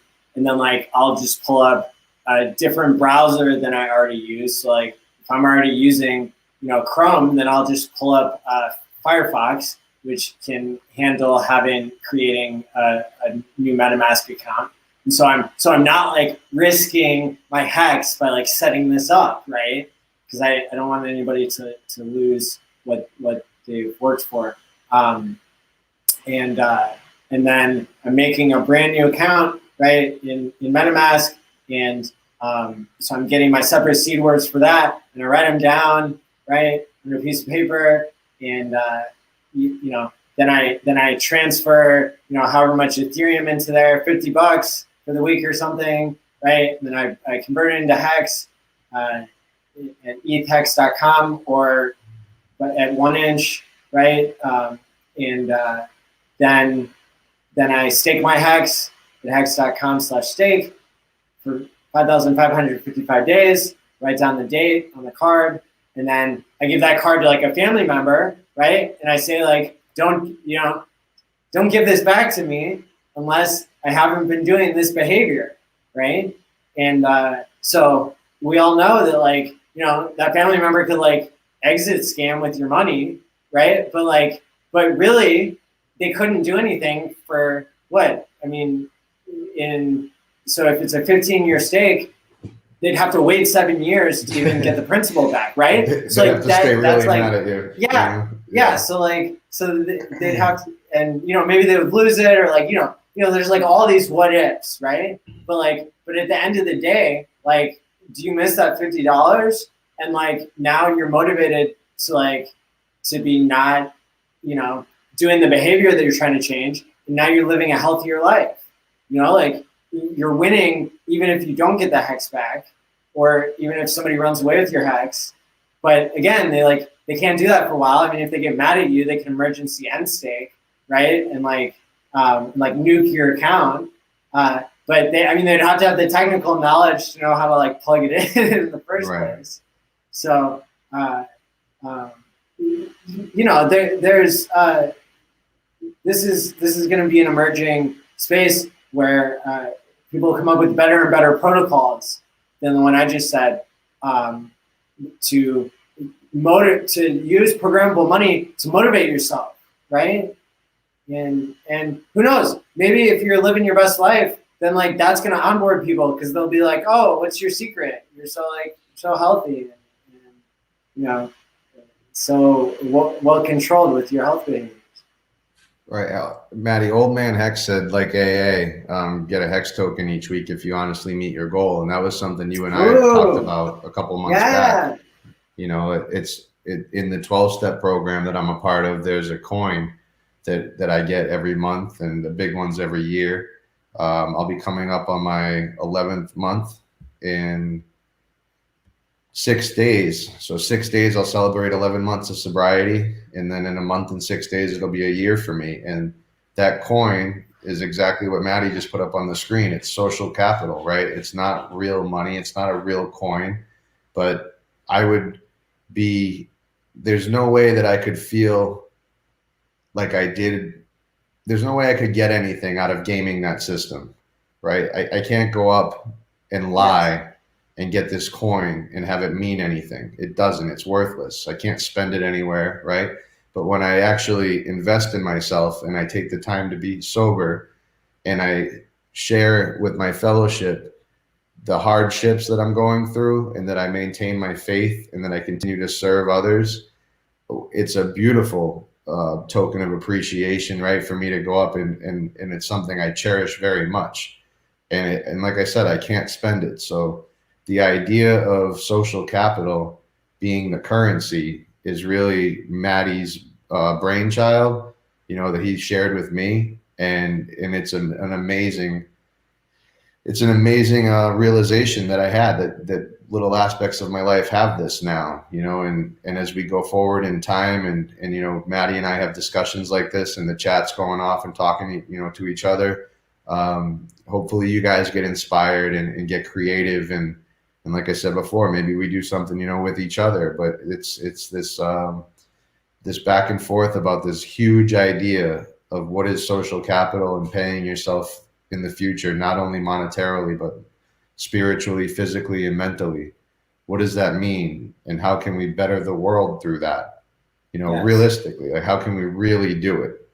Yeah. You know, and why? Why? And I asked Maddie my first couple times talking to him, like, why would you do that? What, like, how much would you be paid? Like, how would you get money? And he's like, no, you know, Joe, that's not what this is about. This is about making the world a better place. And I mean, you couldn't say it to a person that understands that anymore. Not every minute of every day, but when I'm at my best, when I'm feeling my best, it's because I'm living a life of service to others through a routine where I have faith in God, and I love being alive. And it's got nothing to do with money. As I've said before in other streams, I've had a lot of money, and I've had not to worry about my bills and not to worry about my next paycheck. And it didn't make me a happy human being at all. It didn't satisfy the emptiness that was inside me. So this idea of social capital, this is a big idea. You know, this is a really big idea. And we need the community's help to grow and to see where we're going to take this as a community. You know, what do we do? Yeah. Yeah, this is, imagine all the people that are going to be helped when each of you in the community starts practicing what we're talking about. You can do it now, right? You can make a post on Twitter, and you can state what your goal is, and then live up to that and get all of our social praise for. And then this gamifies and creates natural rewards that it can be spread. Then other people will be able to go back and see how Hexicans developed this idea of paying yourself to have a healthier life, and having a healthier life through delaying your gratification and sending money for your future self. Thank you guys, everybody, for the ice creams, the lemons, HEXCon, everybody, David, HEXToshi. We're getting a little bit better, you know, acknowledging you guys. Thank you so much. So just wanted to read a couple of things. Great job, guys. I'm trying to quit smoking now. Hex Live said that before. David sent the diamond. David Feeder, HEXCon just sent another one. Keep up the greatness, guys. Long, epic journey ahead. We appreciate you guys, and it's Maddie's done so much work to make this whole thing take off, and he's so creative. And it wasn't even, I don't even think it was 2 months ago that we were sitting down trying to figure out how to work StreamYard, and just you saw tonight, just even trying to get the volume going. Like we're still learning, so we don't mean to not pay attention or not answer every question. It's a skill. In doing this, I give a lot of props to DCC and RG3. They're incredible at it. It's like one of them knows when to talk when the other one handles the chat as far as not talking, but typing, and it's just not something you think about. So those guys, they give a lot to our community, and it's cool to do this. It's cool to actually attempt it, to try it, and to see, that we're getting a little bit better. We get good feedback that people love the topics and love Maddie and I as a team. So it's a work in progress, and thank you everybody for, sticking with us, for following us. If you haven't followed, please hit the follow button so that we can do a few more things with Inside D-Live. I think at the beginning of the chat, we were at 189. We're three people away from hitting the 200 mark on D-Live, and that allows us to apply to be able to host other channels, which means we'll be able to cross-promote better than we already do. And so go ahead. If anyone's new, Maddie, would you let them know what that is? What do you mean? So what would we do? DLive.com/MattyAllIn. Or you can go to HEXTherapy.Live, and sometimes it'll take you there.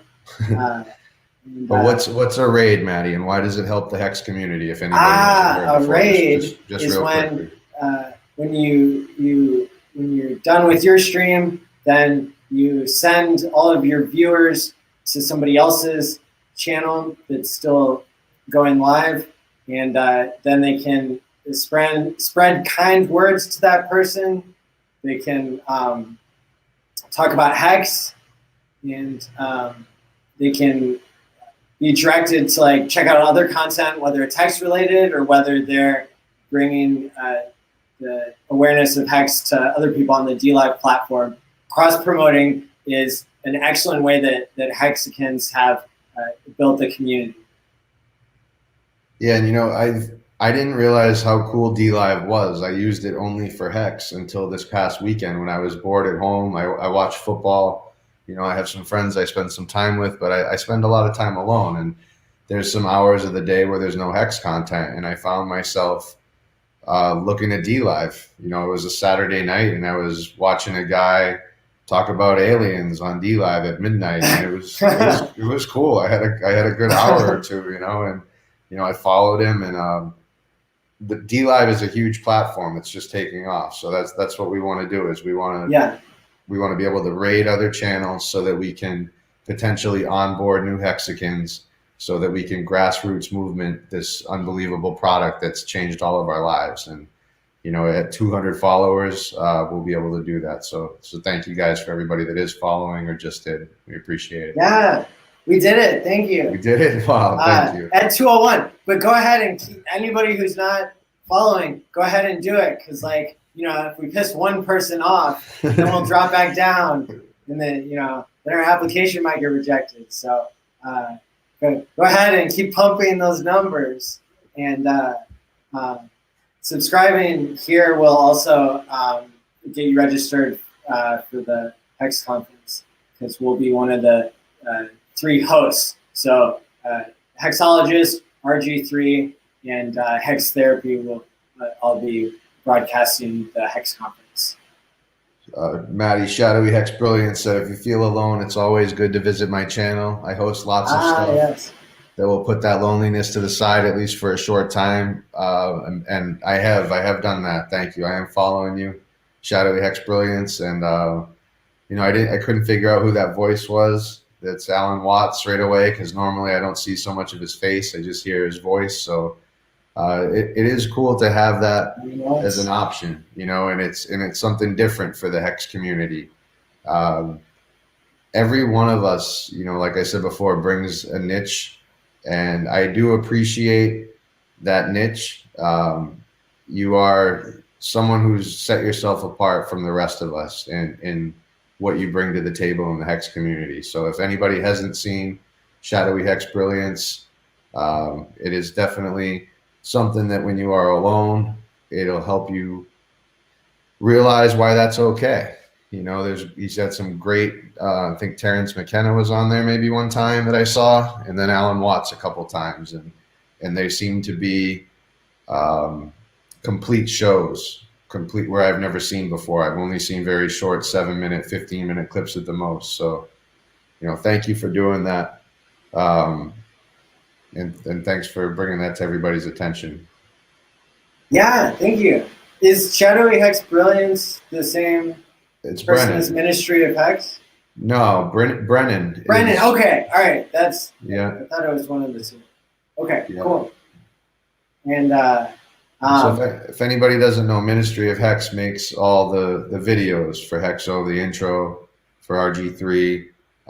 Brennan is the one who I'm in love with his staking ladder, but he also has a spreadsheet, which I'm sure he wouldn't mind posting, that is very comprehensive. And you can put your stakes, I believe, in there, Brennan. Is that right?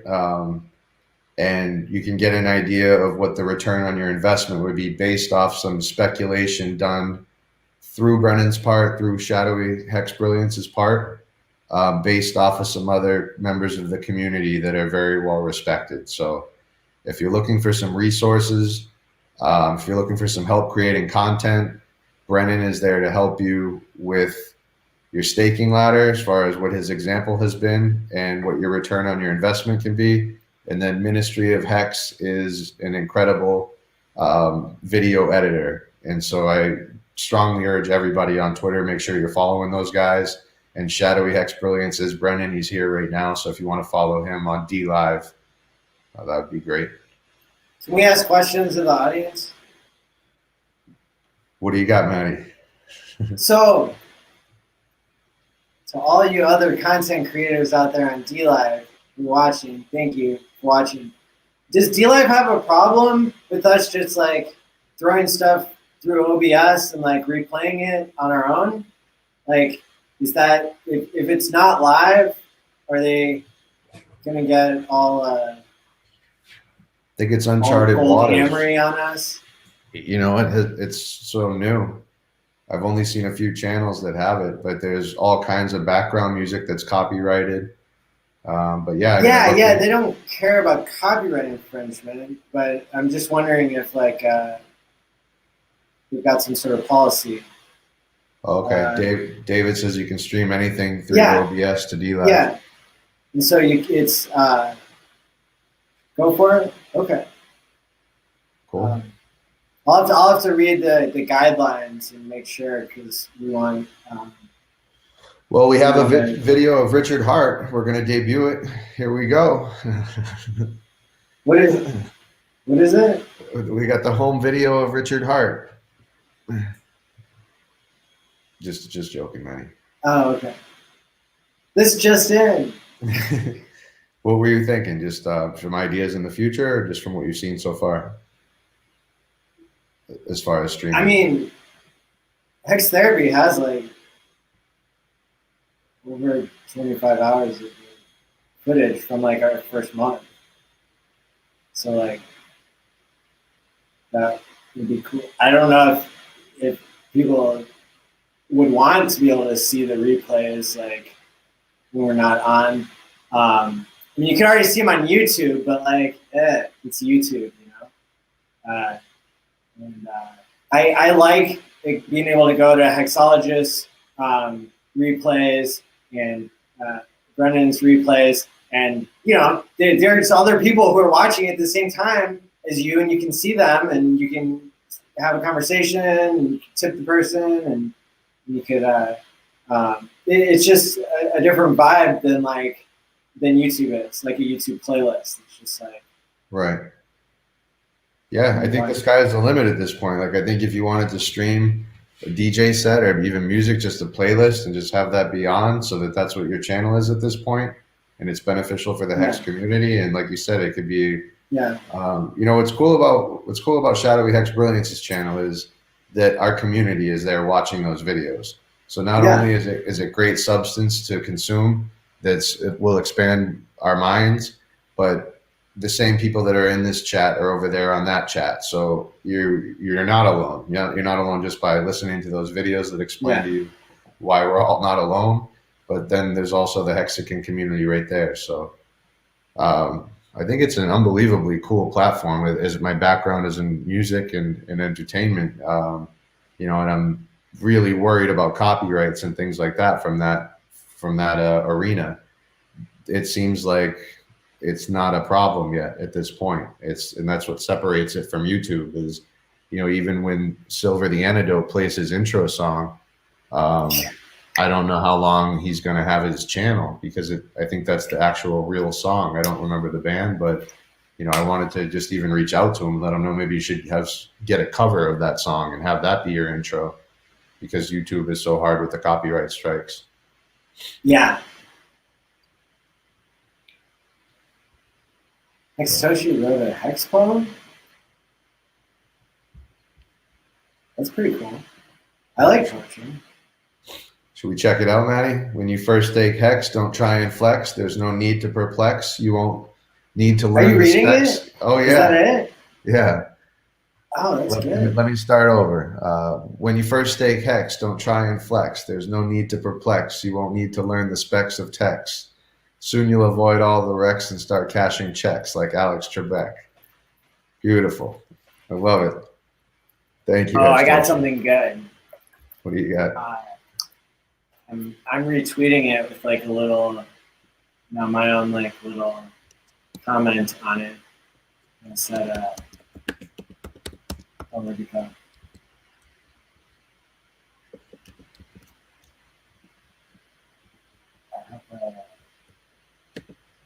Okay, dead air. I'm trying to type quiet, guys. Thank you. Somebody pointed out in the first stream if I could keep my typing to a minimum. Not something I thought about before.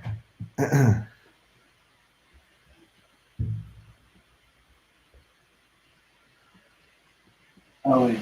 Yeah. Okay, I don't know if I quoted it correctly, but it's like he's a poet and he knows it, and his long stakes show it. That's some famous quote. Who's that?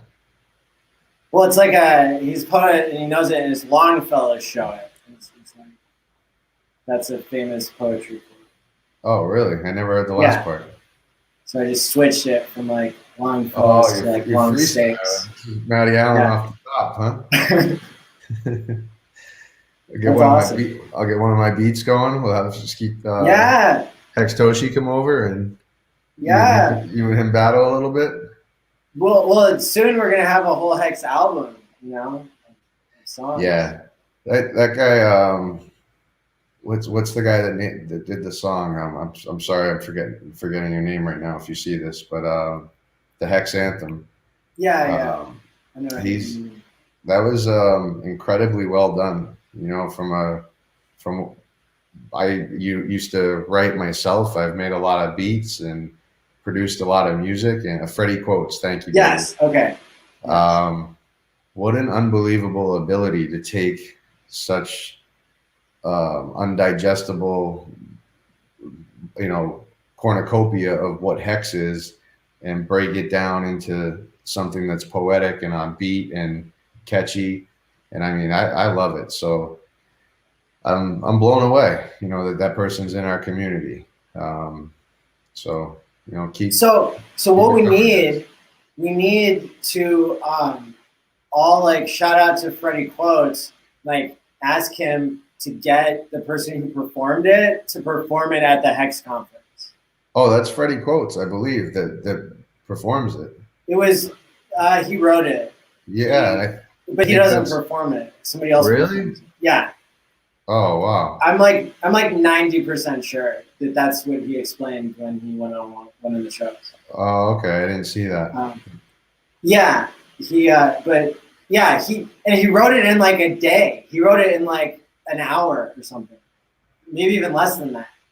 It just like came out of him. It's like so cool to see people who are that good at composing things.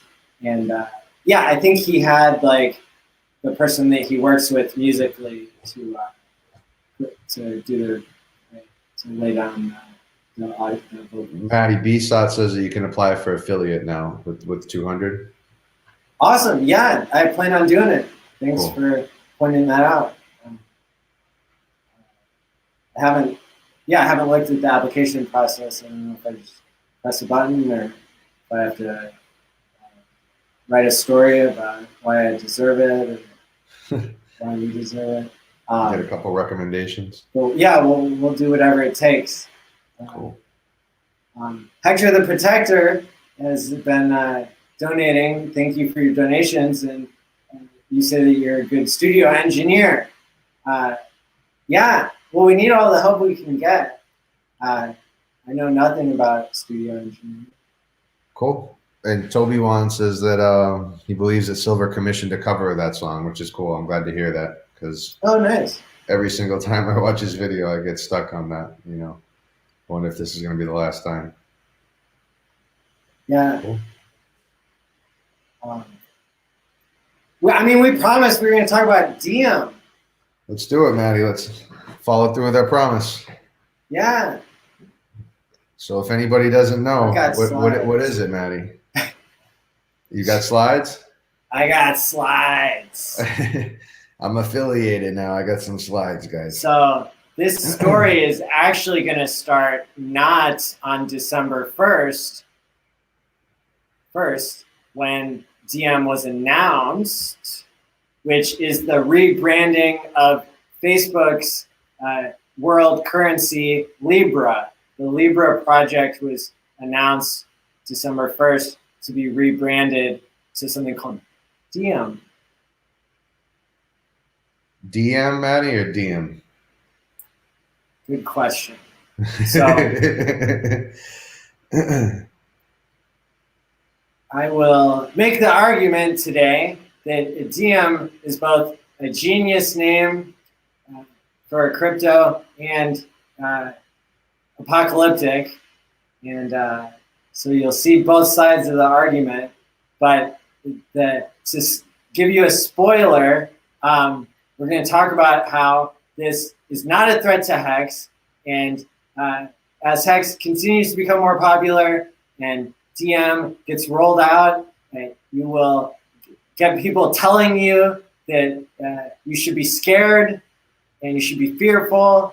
And the only thing I'm going to be afraid of is how little HEX I'll be scooping up off of the people who are selling if they sell for lower prices. So, but at the same time, I'm gonna try to provide some emotional and intellectual relief.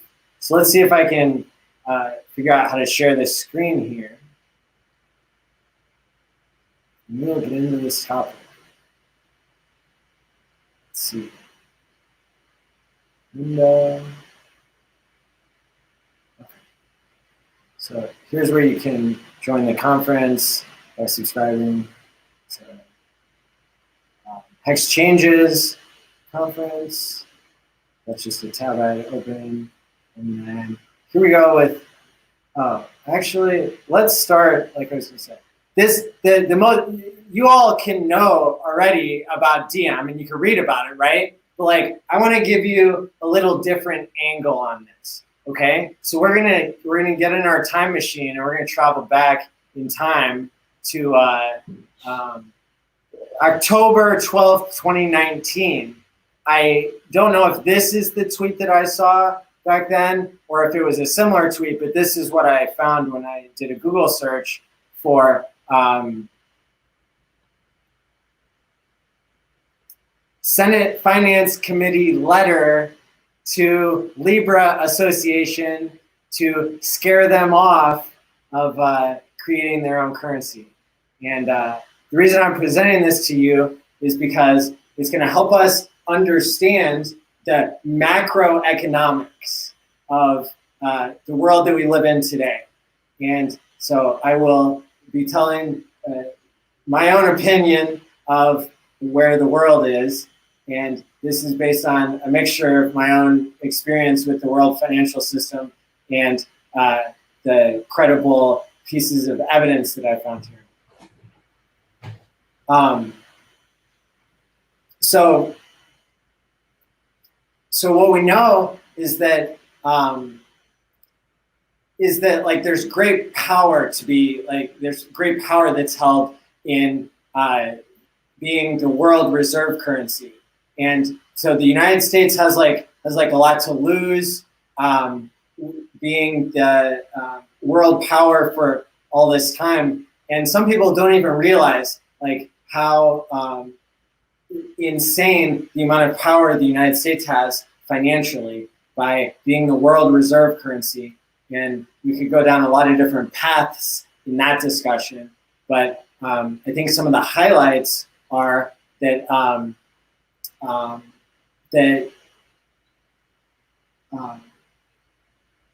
instead of using soldiers to fight terrorism these days, the United States uses banking regulations. And so laws that came about like KYC, AML, which is know your customer and anti-money laundering laws, really represent a higher level, kind of next level type of financial control over the entire world. Right? The majority of the people, so 50% of the world lives on less than $2 a day. And that buys a little bit more in their third world countries than it does here. And so that gives them enough to put enough calories on the table so that they're not starving to death. A majority of the first world countries are filled with people who are now burdened with debt.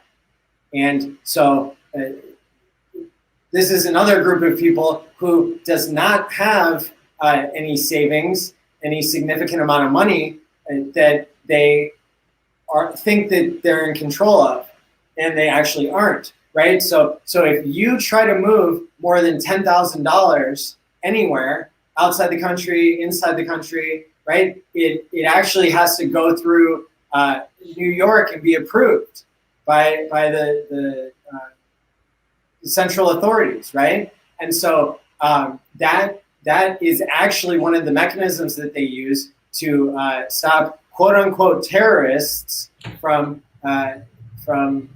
doing terrorist things, which is like, that I'm perfectly cool with, like, making the world like a safer, better place.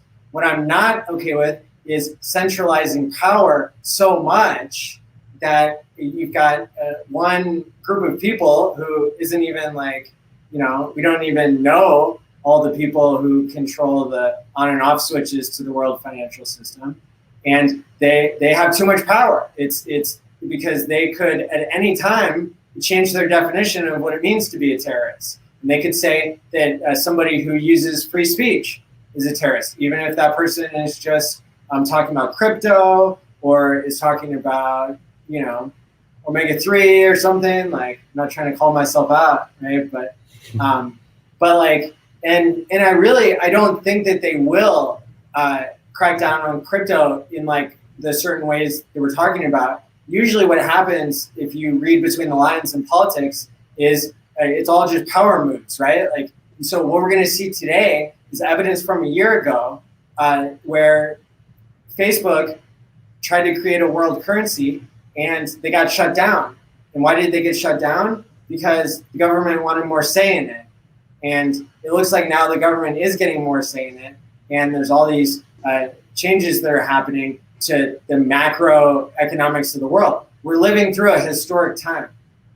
And so here we can see this is a letter that was sent from, I believe this was sent by the Senate Finance Committee. It was sent by some senators. United States Senator, right? It's signed by them. And it's even on their website. I mean, it's like, it's on their website, shaz.senate.gov is this letter. So like they're bragging about how they sent this letter. And the letter is threatening all of the 100 corporations that became part of the Libra Association, threatening them with charging them with crimes for sending money without a license, for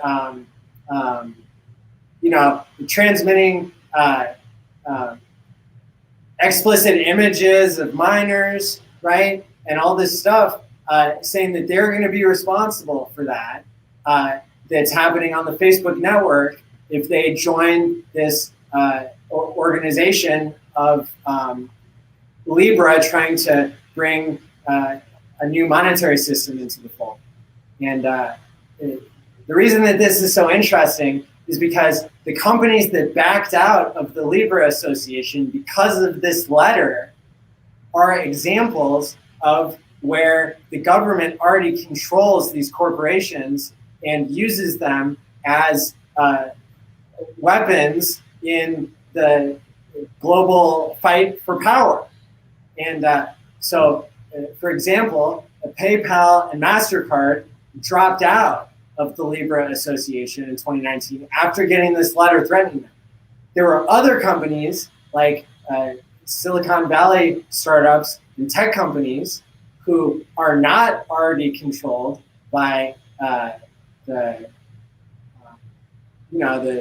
different government agencies that are fighting this financial war. The SEC, the Treasury Department, the Department of Justice, I probably think of more if I thought about it. FINRA. Even Secret Service, David's saying in the chat. Yeah. It's like there's lots of different agencies that are involved in maintaining the power that the United States has over the world. And as I understand it, I mean, as the U.S. Forces other countries to trade with dollars and then devalues the dollar, you're stealing value from the rest of the world. And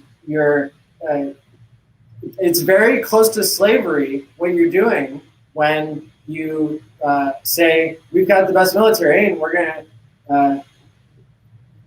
to create sanctions, we're going to go in and change your leadership, we're going to do whatever we have to if you don't use the dollar. And at the same time, they're devaluing the dollar.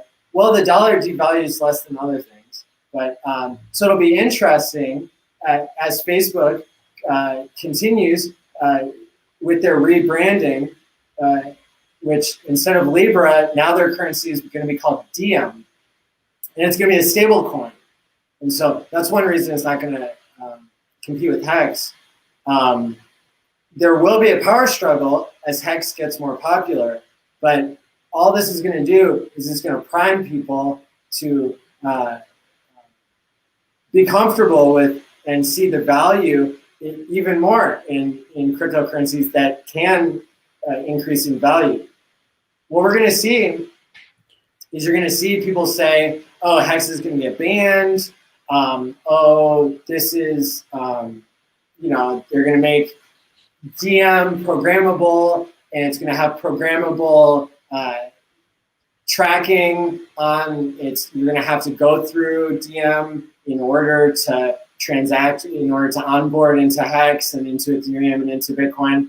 Like, all that's possible. But again, that's very bullish, right? Because why is it in HEX that we don't talk about scams, right? Because we don't want to give attention to that. And HEX is not a scam, but if the more that the government is wanting to talk about it, then they're going to get more people who are going to find out the truth, right? And going to find out that it's a superior product. And so there's lots of reasons as to why you will hear fear, uncertainty, and doubt about DM versus your favorite crypto. But the purpose of that is just to shake out the weak hands, and so that centralized agencies and people who still control the world financial system, they want to buy in, and they want to buy in at lower prices. And so we're going to be the ones who decide what price they buy in at. And so prepare yourself to hear a bunch of lies and a bunch of fear and playing on your emotions to try to get you to sell your house, right? They could even dump the price temporarily and fake you out, but that's going to be a losing strategy for them. So what you're saying, Maddie, is there's going to be some sort of effort on some sort of level that's going to get my attention, that's going to make me think about selling my HEX because maybe it's illegal or what? Like maybe yes. Yes. Yeah, or this is going to do way better, or it's going to replace it. There's going to be the same things we've heard about before, right? Right. Bitcoin's dead. There's something better than Bitcoin. Some of those things can be true. It's not going to go to zero.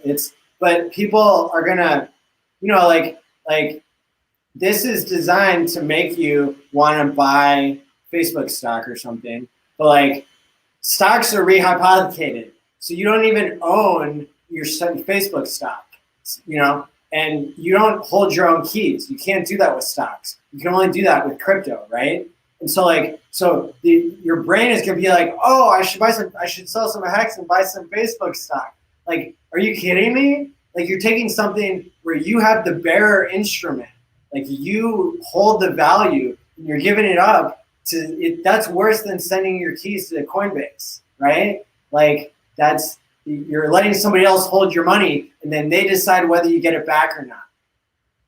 And I have been banned for life from PayPal and Cash App when I wasn't doing anything wrong, and they saw that I was doing things in crypto. And they just said, "Oh, that makes our algorithm like jump a little bit. So like, yeah, we're gonna turn that guy off."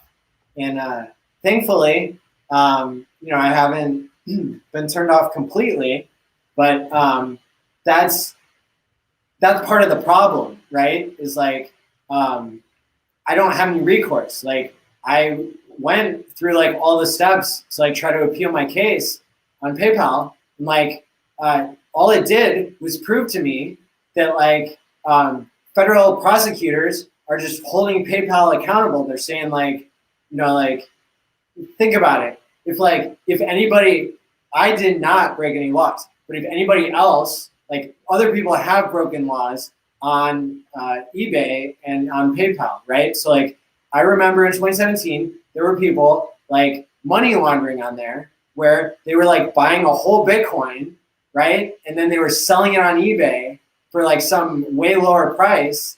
And that was just so they could transfer money and launder it, right? And like, like, thankfully, I mean, I read the law, like I know what the laws are, so I know not to break them. And so I didn't do that, but there were people who did that, and that is wrong, right? And that is breaking the law. And so the system is like turning people off based on that sort of thing. And but it's only like one more step for them to shut people down who aren't doing anything wrong. Like I mean, that's what happened to me. And so I went through the appeal process, and they tried to trick me. They sent me something that was worded exactly like an affidavit, and it said you can get your PayPal account back if you electronically sign this. You give us all of your information so we know it's you, your social security number and your driver's license. We want to know that it's you, and then you can have your PayPal account back. All you have to do is say that you'll never do it again. What they were saying, I was selling Bitcoin collectibles. They were saying that I was doing money transmission. I know what money transmission is. I wasn't doing that, and so I'm not going to admit to a federal crime that I did not commit just to get my PayPal account back. It's not happening, right? And so that's the kind of like the traps that are being laid out there in the financial world for normal people, so that the centralized system can continue. But it's not going to win, because that's why they need to create such traps, right? Is because they don't have a better system, and because their system is not going to survive the education that's going to happen and the choice that people are going to have when it comes to where they put their value. People are not going to value in the future centralized entities that rent seek. They force you to stay in their environment. It's like an Apple phone and a Samsung phone. They trap you in their environment, and then they rent seek. They up the prices over time, and they act as middlemen, extracting value out of the system more and more. And then they use those funds for bad things. So. Maddie, just something to add that I experienced through PayPal. I don't know if I shared this with you before. When COVID first hit, it was really back in like February, March of 2020. I used to be a general manager of a foam, FOAM, fabrication company. and we manufactured some foam masks that I had manufactured. I didn't work there anymore, but because of the relationship I still had with the company, and because COVID was happening, we made a one-piece filter foam, medical grade filter foam mask that would, cover your mouth and your nose and hold onto your ears. And I started these were made in New England, manufactured entirely from an American-made product. I was the marketing director as well as a general manager there for 10 years.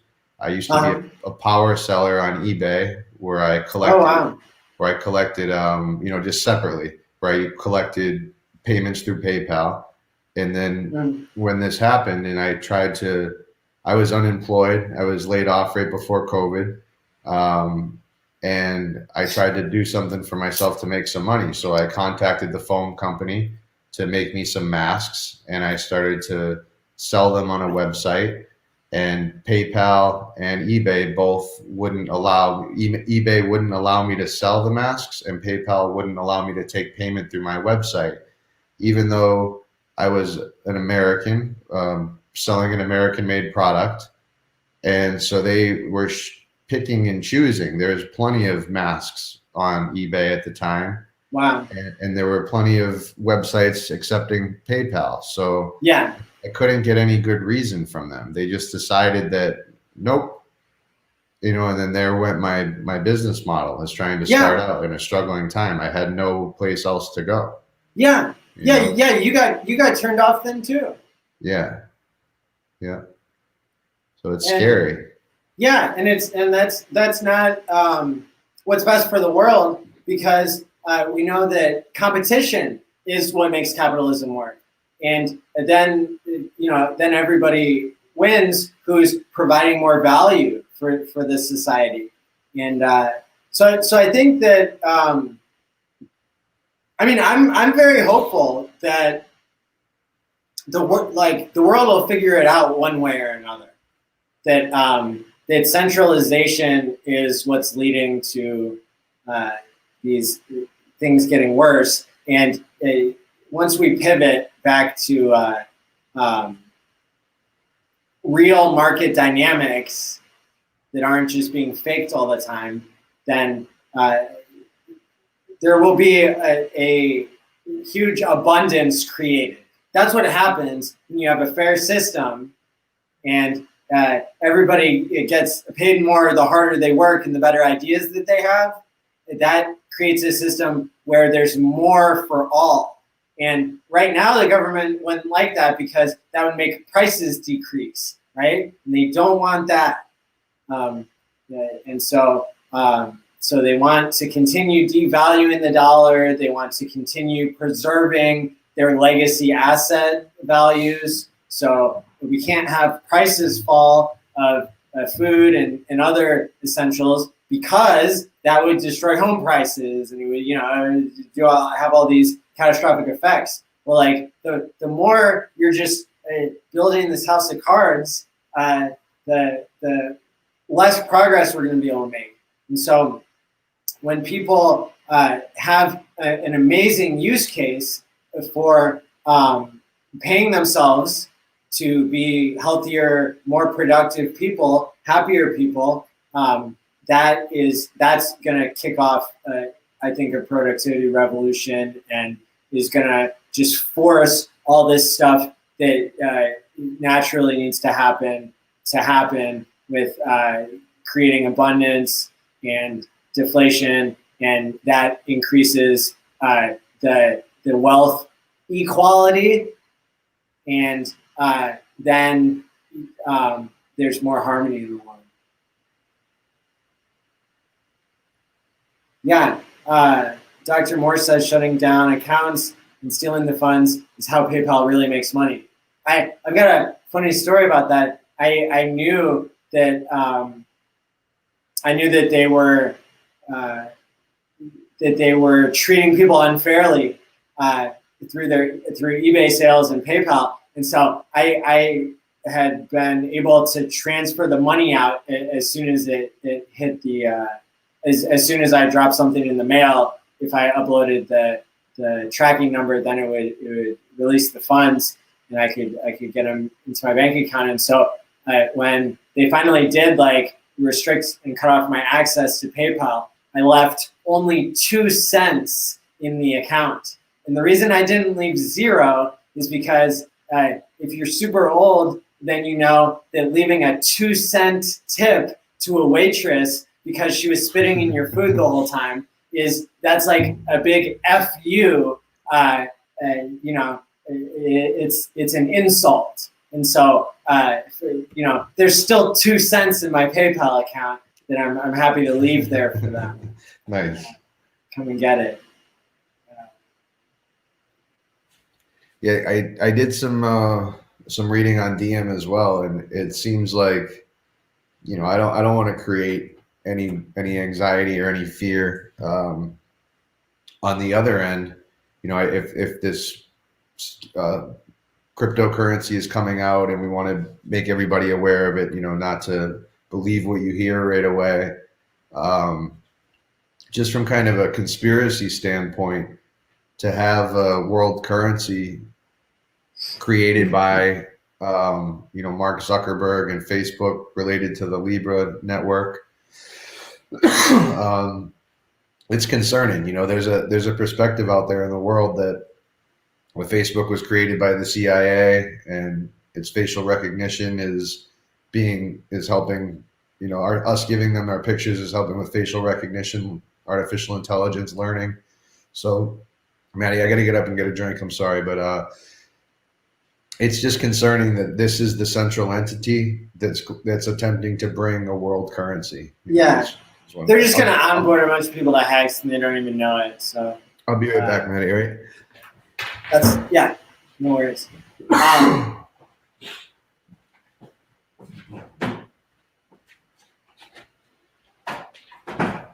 Yeah, they can't stop it, so they have to compete. And but their competition there's no way a centralized agency or a centralized powers can't get the same type of product that we have in HEX that only occurs organically and through great invention by our founder. Yes, hold your own keys. Yes, it's so this I don't know, maybe we'll use a little bit of DM to stabilize our behavior change use case perhaps. Probably not though. It just depends. DM is, yeah, so you're gonna hear a bunch of fun about it. You're gonna hear the name is cool because it's a false cognate, so it sounds like DM, which is slang for direct message. And so the name itself is going to educate people because people are going to say, DM me the money or DM me. And then you're going to have to ask, oh, which one do you mean? Do you mean direct message you, or do you mean, oh, there's this new currency called Diem, D-I-E-M. And DM it's like a throwback to this this phrase that was used like in the year 25. And the year 25? I got a screen for that. Can you see this? Yeah, Carpe Diem. Actually, nobody really knows what it means. It's like questioned whether it really means seize the day. Horace's work, Odes, I like that there's like a sundial here because like HEX is a time deposit. But Carpe Diem, right? It's like already I'm thinking, oh, how do I know Diem? Oh, Carpe Diem. Oh, it's like, it's got the word pay in it. That's cool too. But like, the only thing you really need to seize is HEX because that's what's going to be rare. This is just going to be a stable coin. And so again, it's people are going to say it competes, but it's not going to, all it's going to do is popularize HEX more. Well, I think it goes back to the central entities and the financial institutions that are looking for control over the population of the world. That this isn't necessarily competing with any fiat currency or going to disrupt any. This could work hand in hand to enslave the world population by turning us on and off like PayPal did. Yeah, and it could also be used for good. And so we'll have to decide, but it's not going to decide the value of everything. The value is going to be decided by what's rare and what's underlying this asset. And I wouldn't be surprised if one day HEX is the reserve asset that's being held by DM. Yeah, that's amazing. They have to have a 1-to-1 ratio. Did you see that? They're gonna, not like the fractional reserve banking system where they just hold 10% and they get to lend 90 out. They're actually going to have a 1-to-1 reserve of cash and liquid assets. Yeah. And this is going to transition us probably out of the ugly system we have now.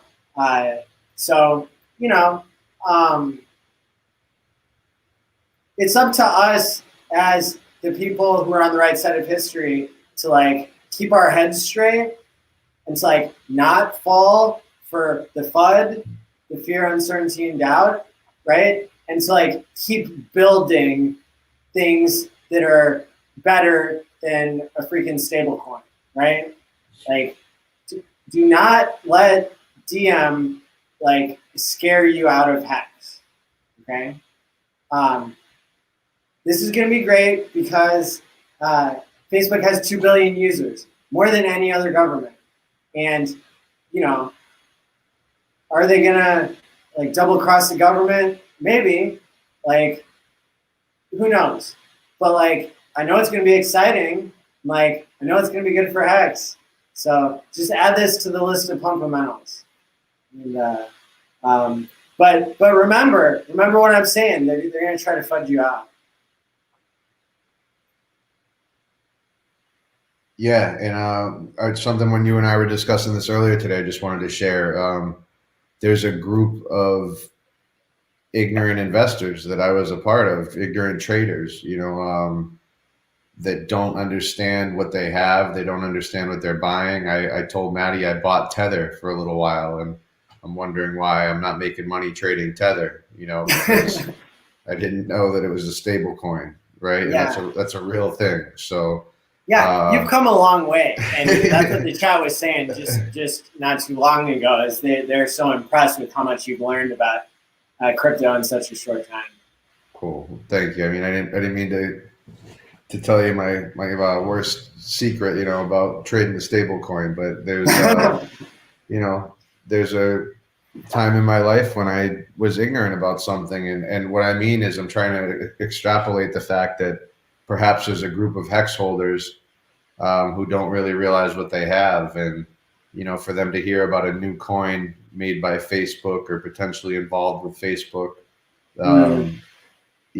they could FUD out. And that's what Maddie's, trying to bring to everybody's attention is that if you hear, anybody talking about this coin and, that's a great opportunity to bring up HEX, is that it's not something that we need to sell to get into. It's an opportunity. Yeah. There's a door opening for us to have a discussion now. Yeah. Yeah, because all DM is representing is already the crummy form of money you already have that's the US dollar, right? That devalues 50% every 15 years, right? And so yeah, if you want to keep bleeding out all your money to pay for war and nonsense, then go for it. But people are gonna make whatever financial decisions are right for them, and we're not gonna tell you any kind of financial advice. We're just gonna tell you our own intellectual insights and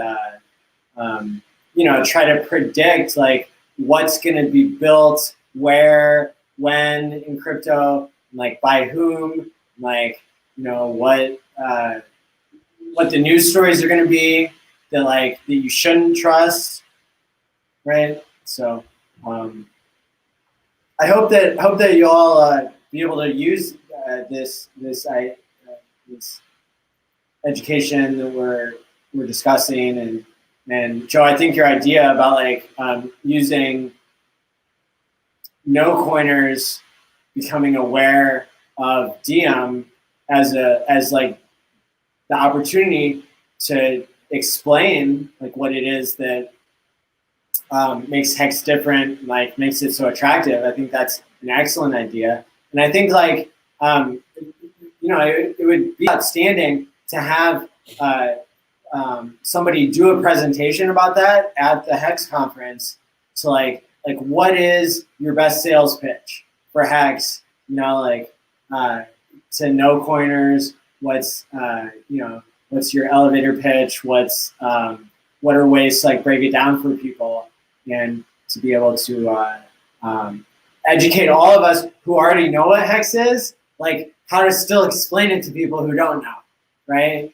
Because that'll continue to be an emerging skill, and everything is how people come to get better at explaining and onboarding. Yeah, Crypty Girl did a great job last night with just that video that Hexo played that she put out last night as her tweet. Like the last little bit that she just kind of cavalierly said that Hex is a time deposit. Her ability as a young person to absorb that information and then give it back out so simply was really cool to see. So I would love to see a lot of different people's elevators pitch, and it's not an easy subject it's not something easy to do to onboard a no coiner through an elevator pitch. Yeah. Awesome. Well, I'm so glad we got to talk about so many things today. Yeah, absolutely, Matty. Thank you. I'm sorry, my voice is killing me. We're gonna wrap up. I don't have much more. Yeah, sorry, I'm choking. Yeah, thank you everybody for sticking with us, and please reach out. Yeah, thank you to the chat. Absolutely. And so make sure everybody follows at Hexotic Joe on Twitter, and if you go to allmylinks.com/allin, you can see all of the projects that I'm working on and all the Hex Therapy content there. And go ahead and check out the instructions for registering and submitting to the first HEX conference that will be held digitally January 6th through 9th. And Twitter address twitter.com/@HexoticJoe. Thank you, Matty. That should be it. So there we go. Yeah. So thanks everybody for participating.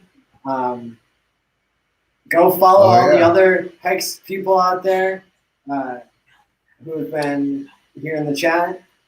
Matty, you want to check out somebody to raid? Yeah. Hexerican asked who are we raiding, and we reached that number. Thank you guys. So yeah, that's awesome. We've been waiting to do this. So we won't be able to raid how because our application hasn't been processed yet. But we can drop a link to like if people want to go spread the good word of Hex, or if anybody has a suggestion of who we should go to. I'm looking on the homepage. It looks like there's not a whole lot of people in crypto chats. Let's see.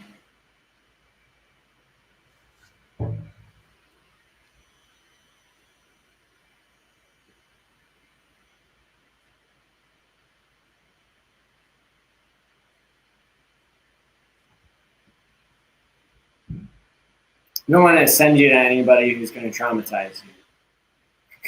Yeah.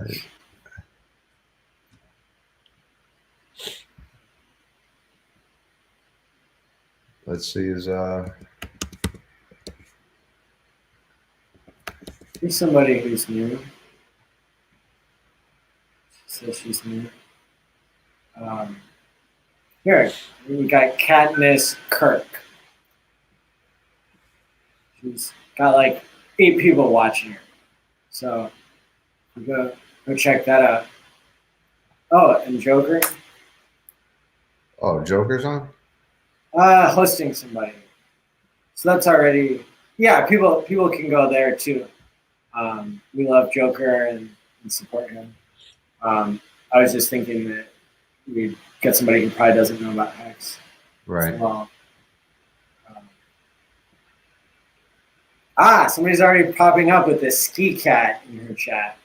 So we know that Unhexable is over there with Katniss _Kirk, KATTNESS_KIRK.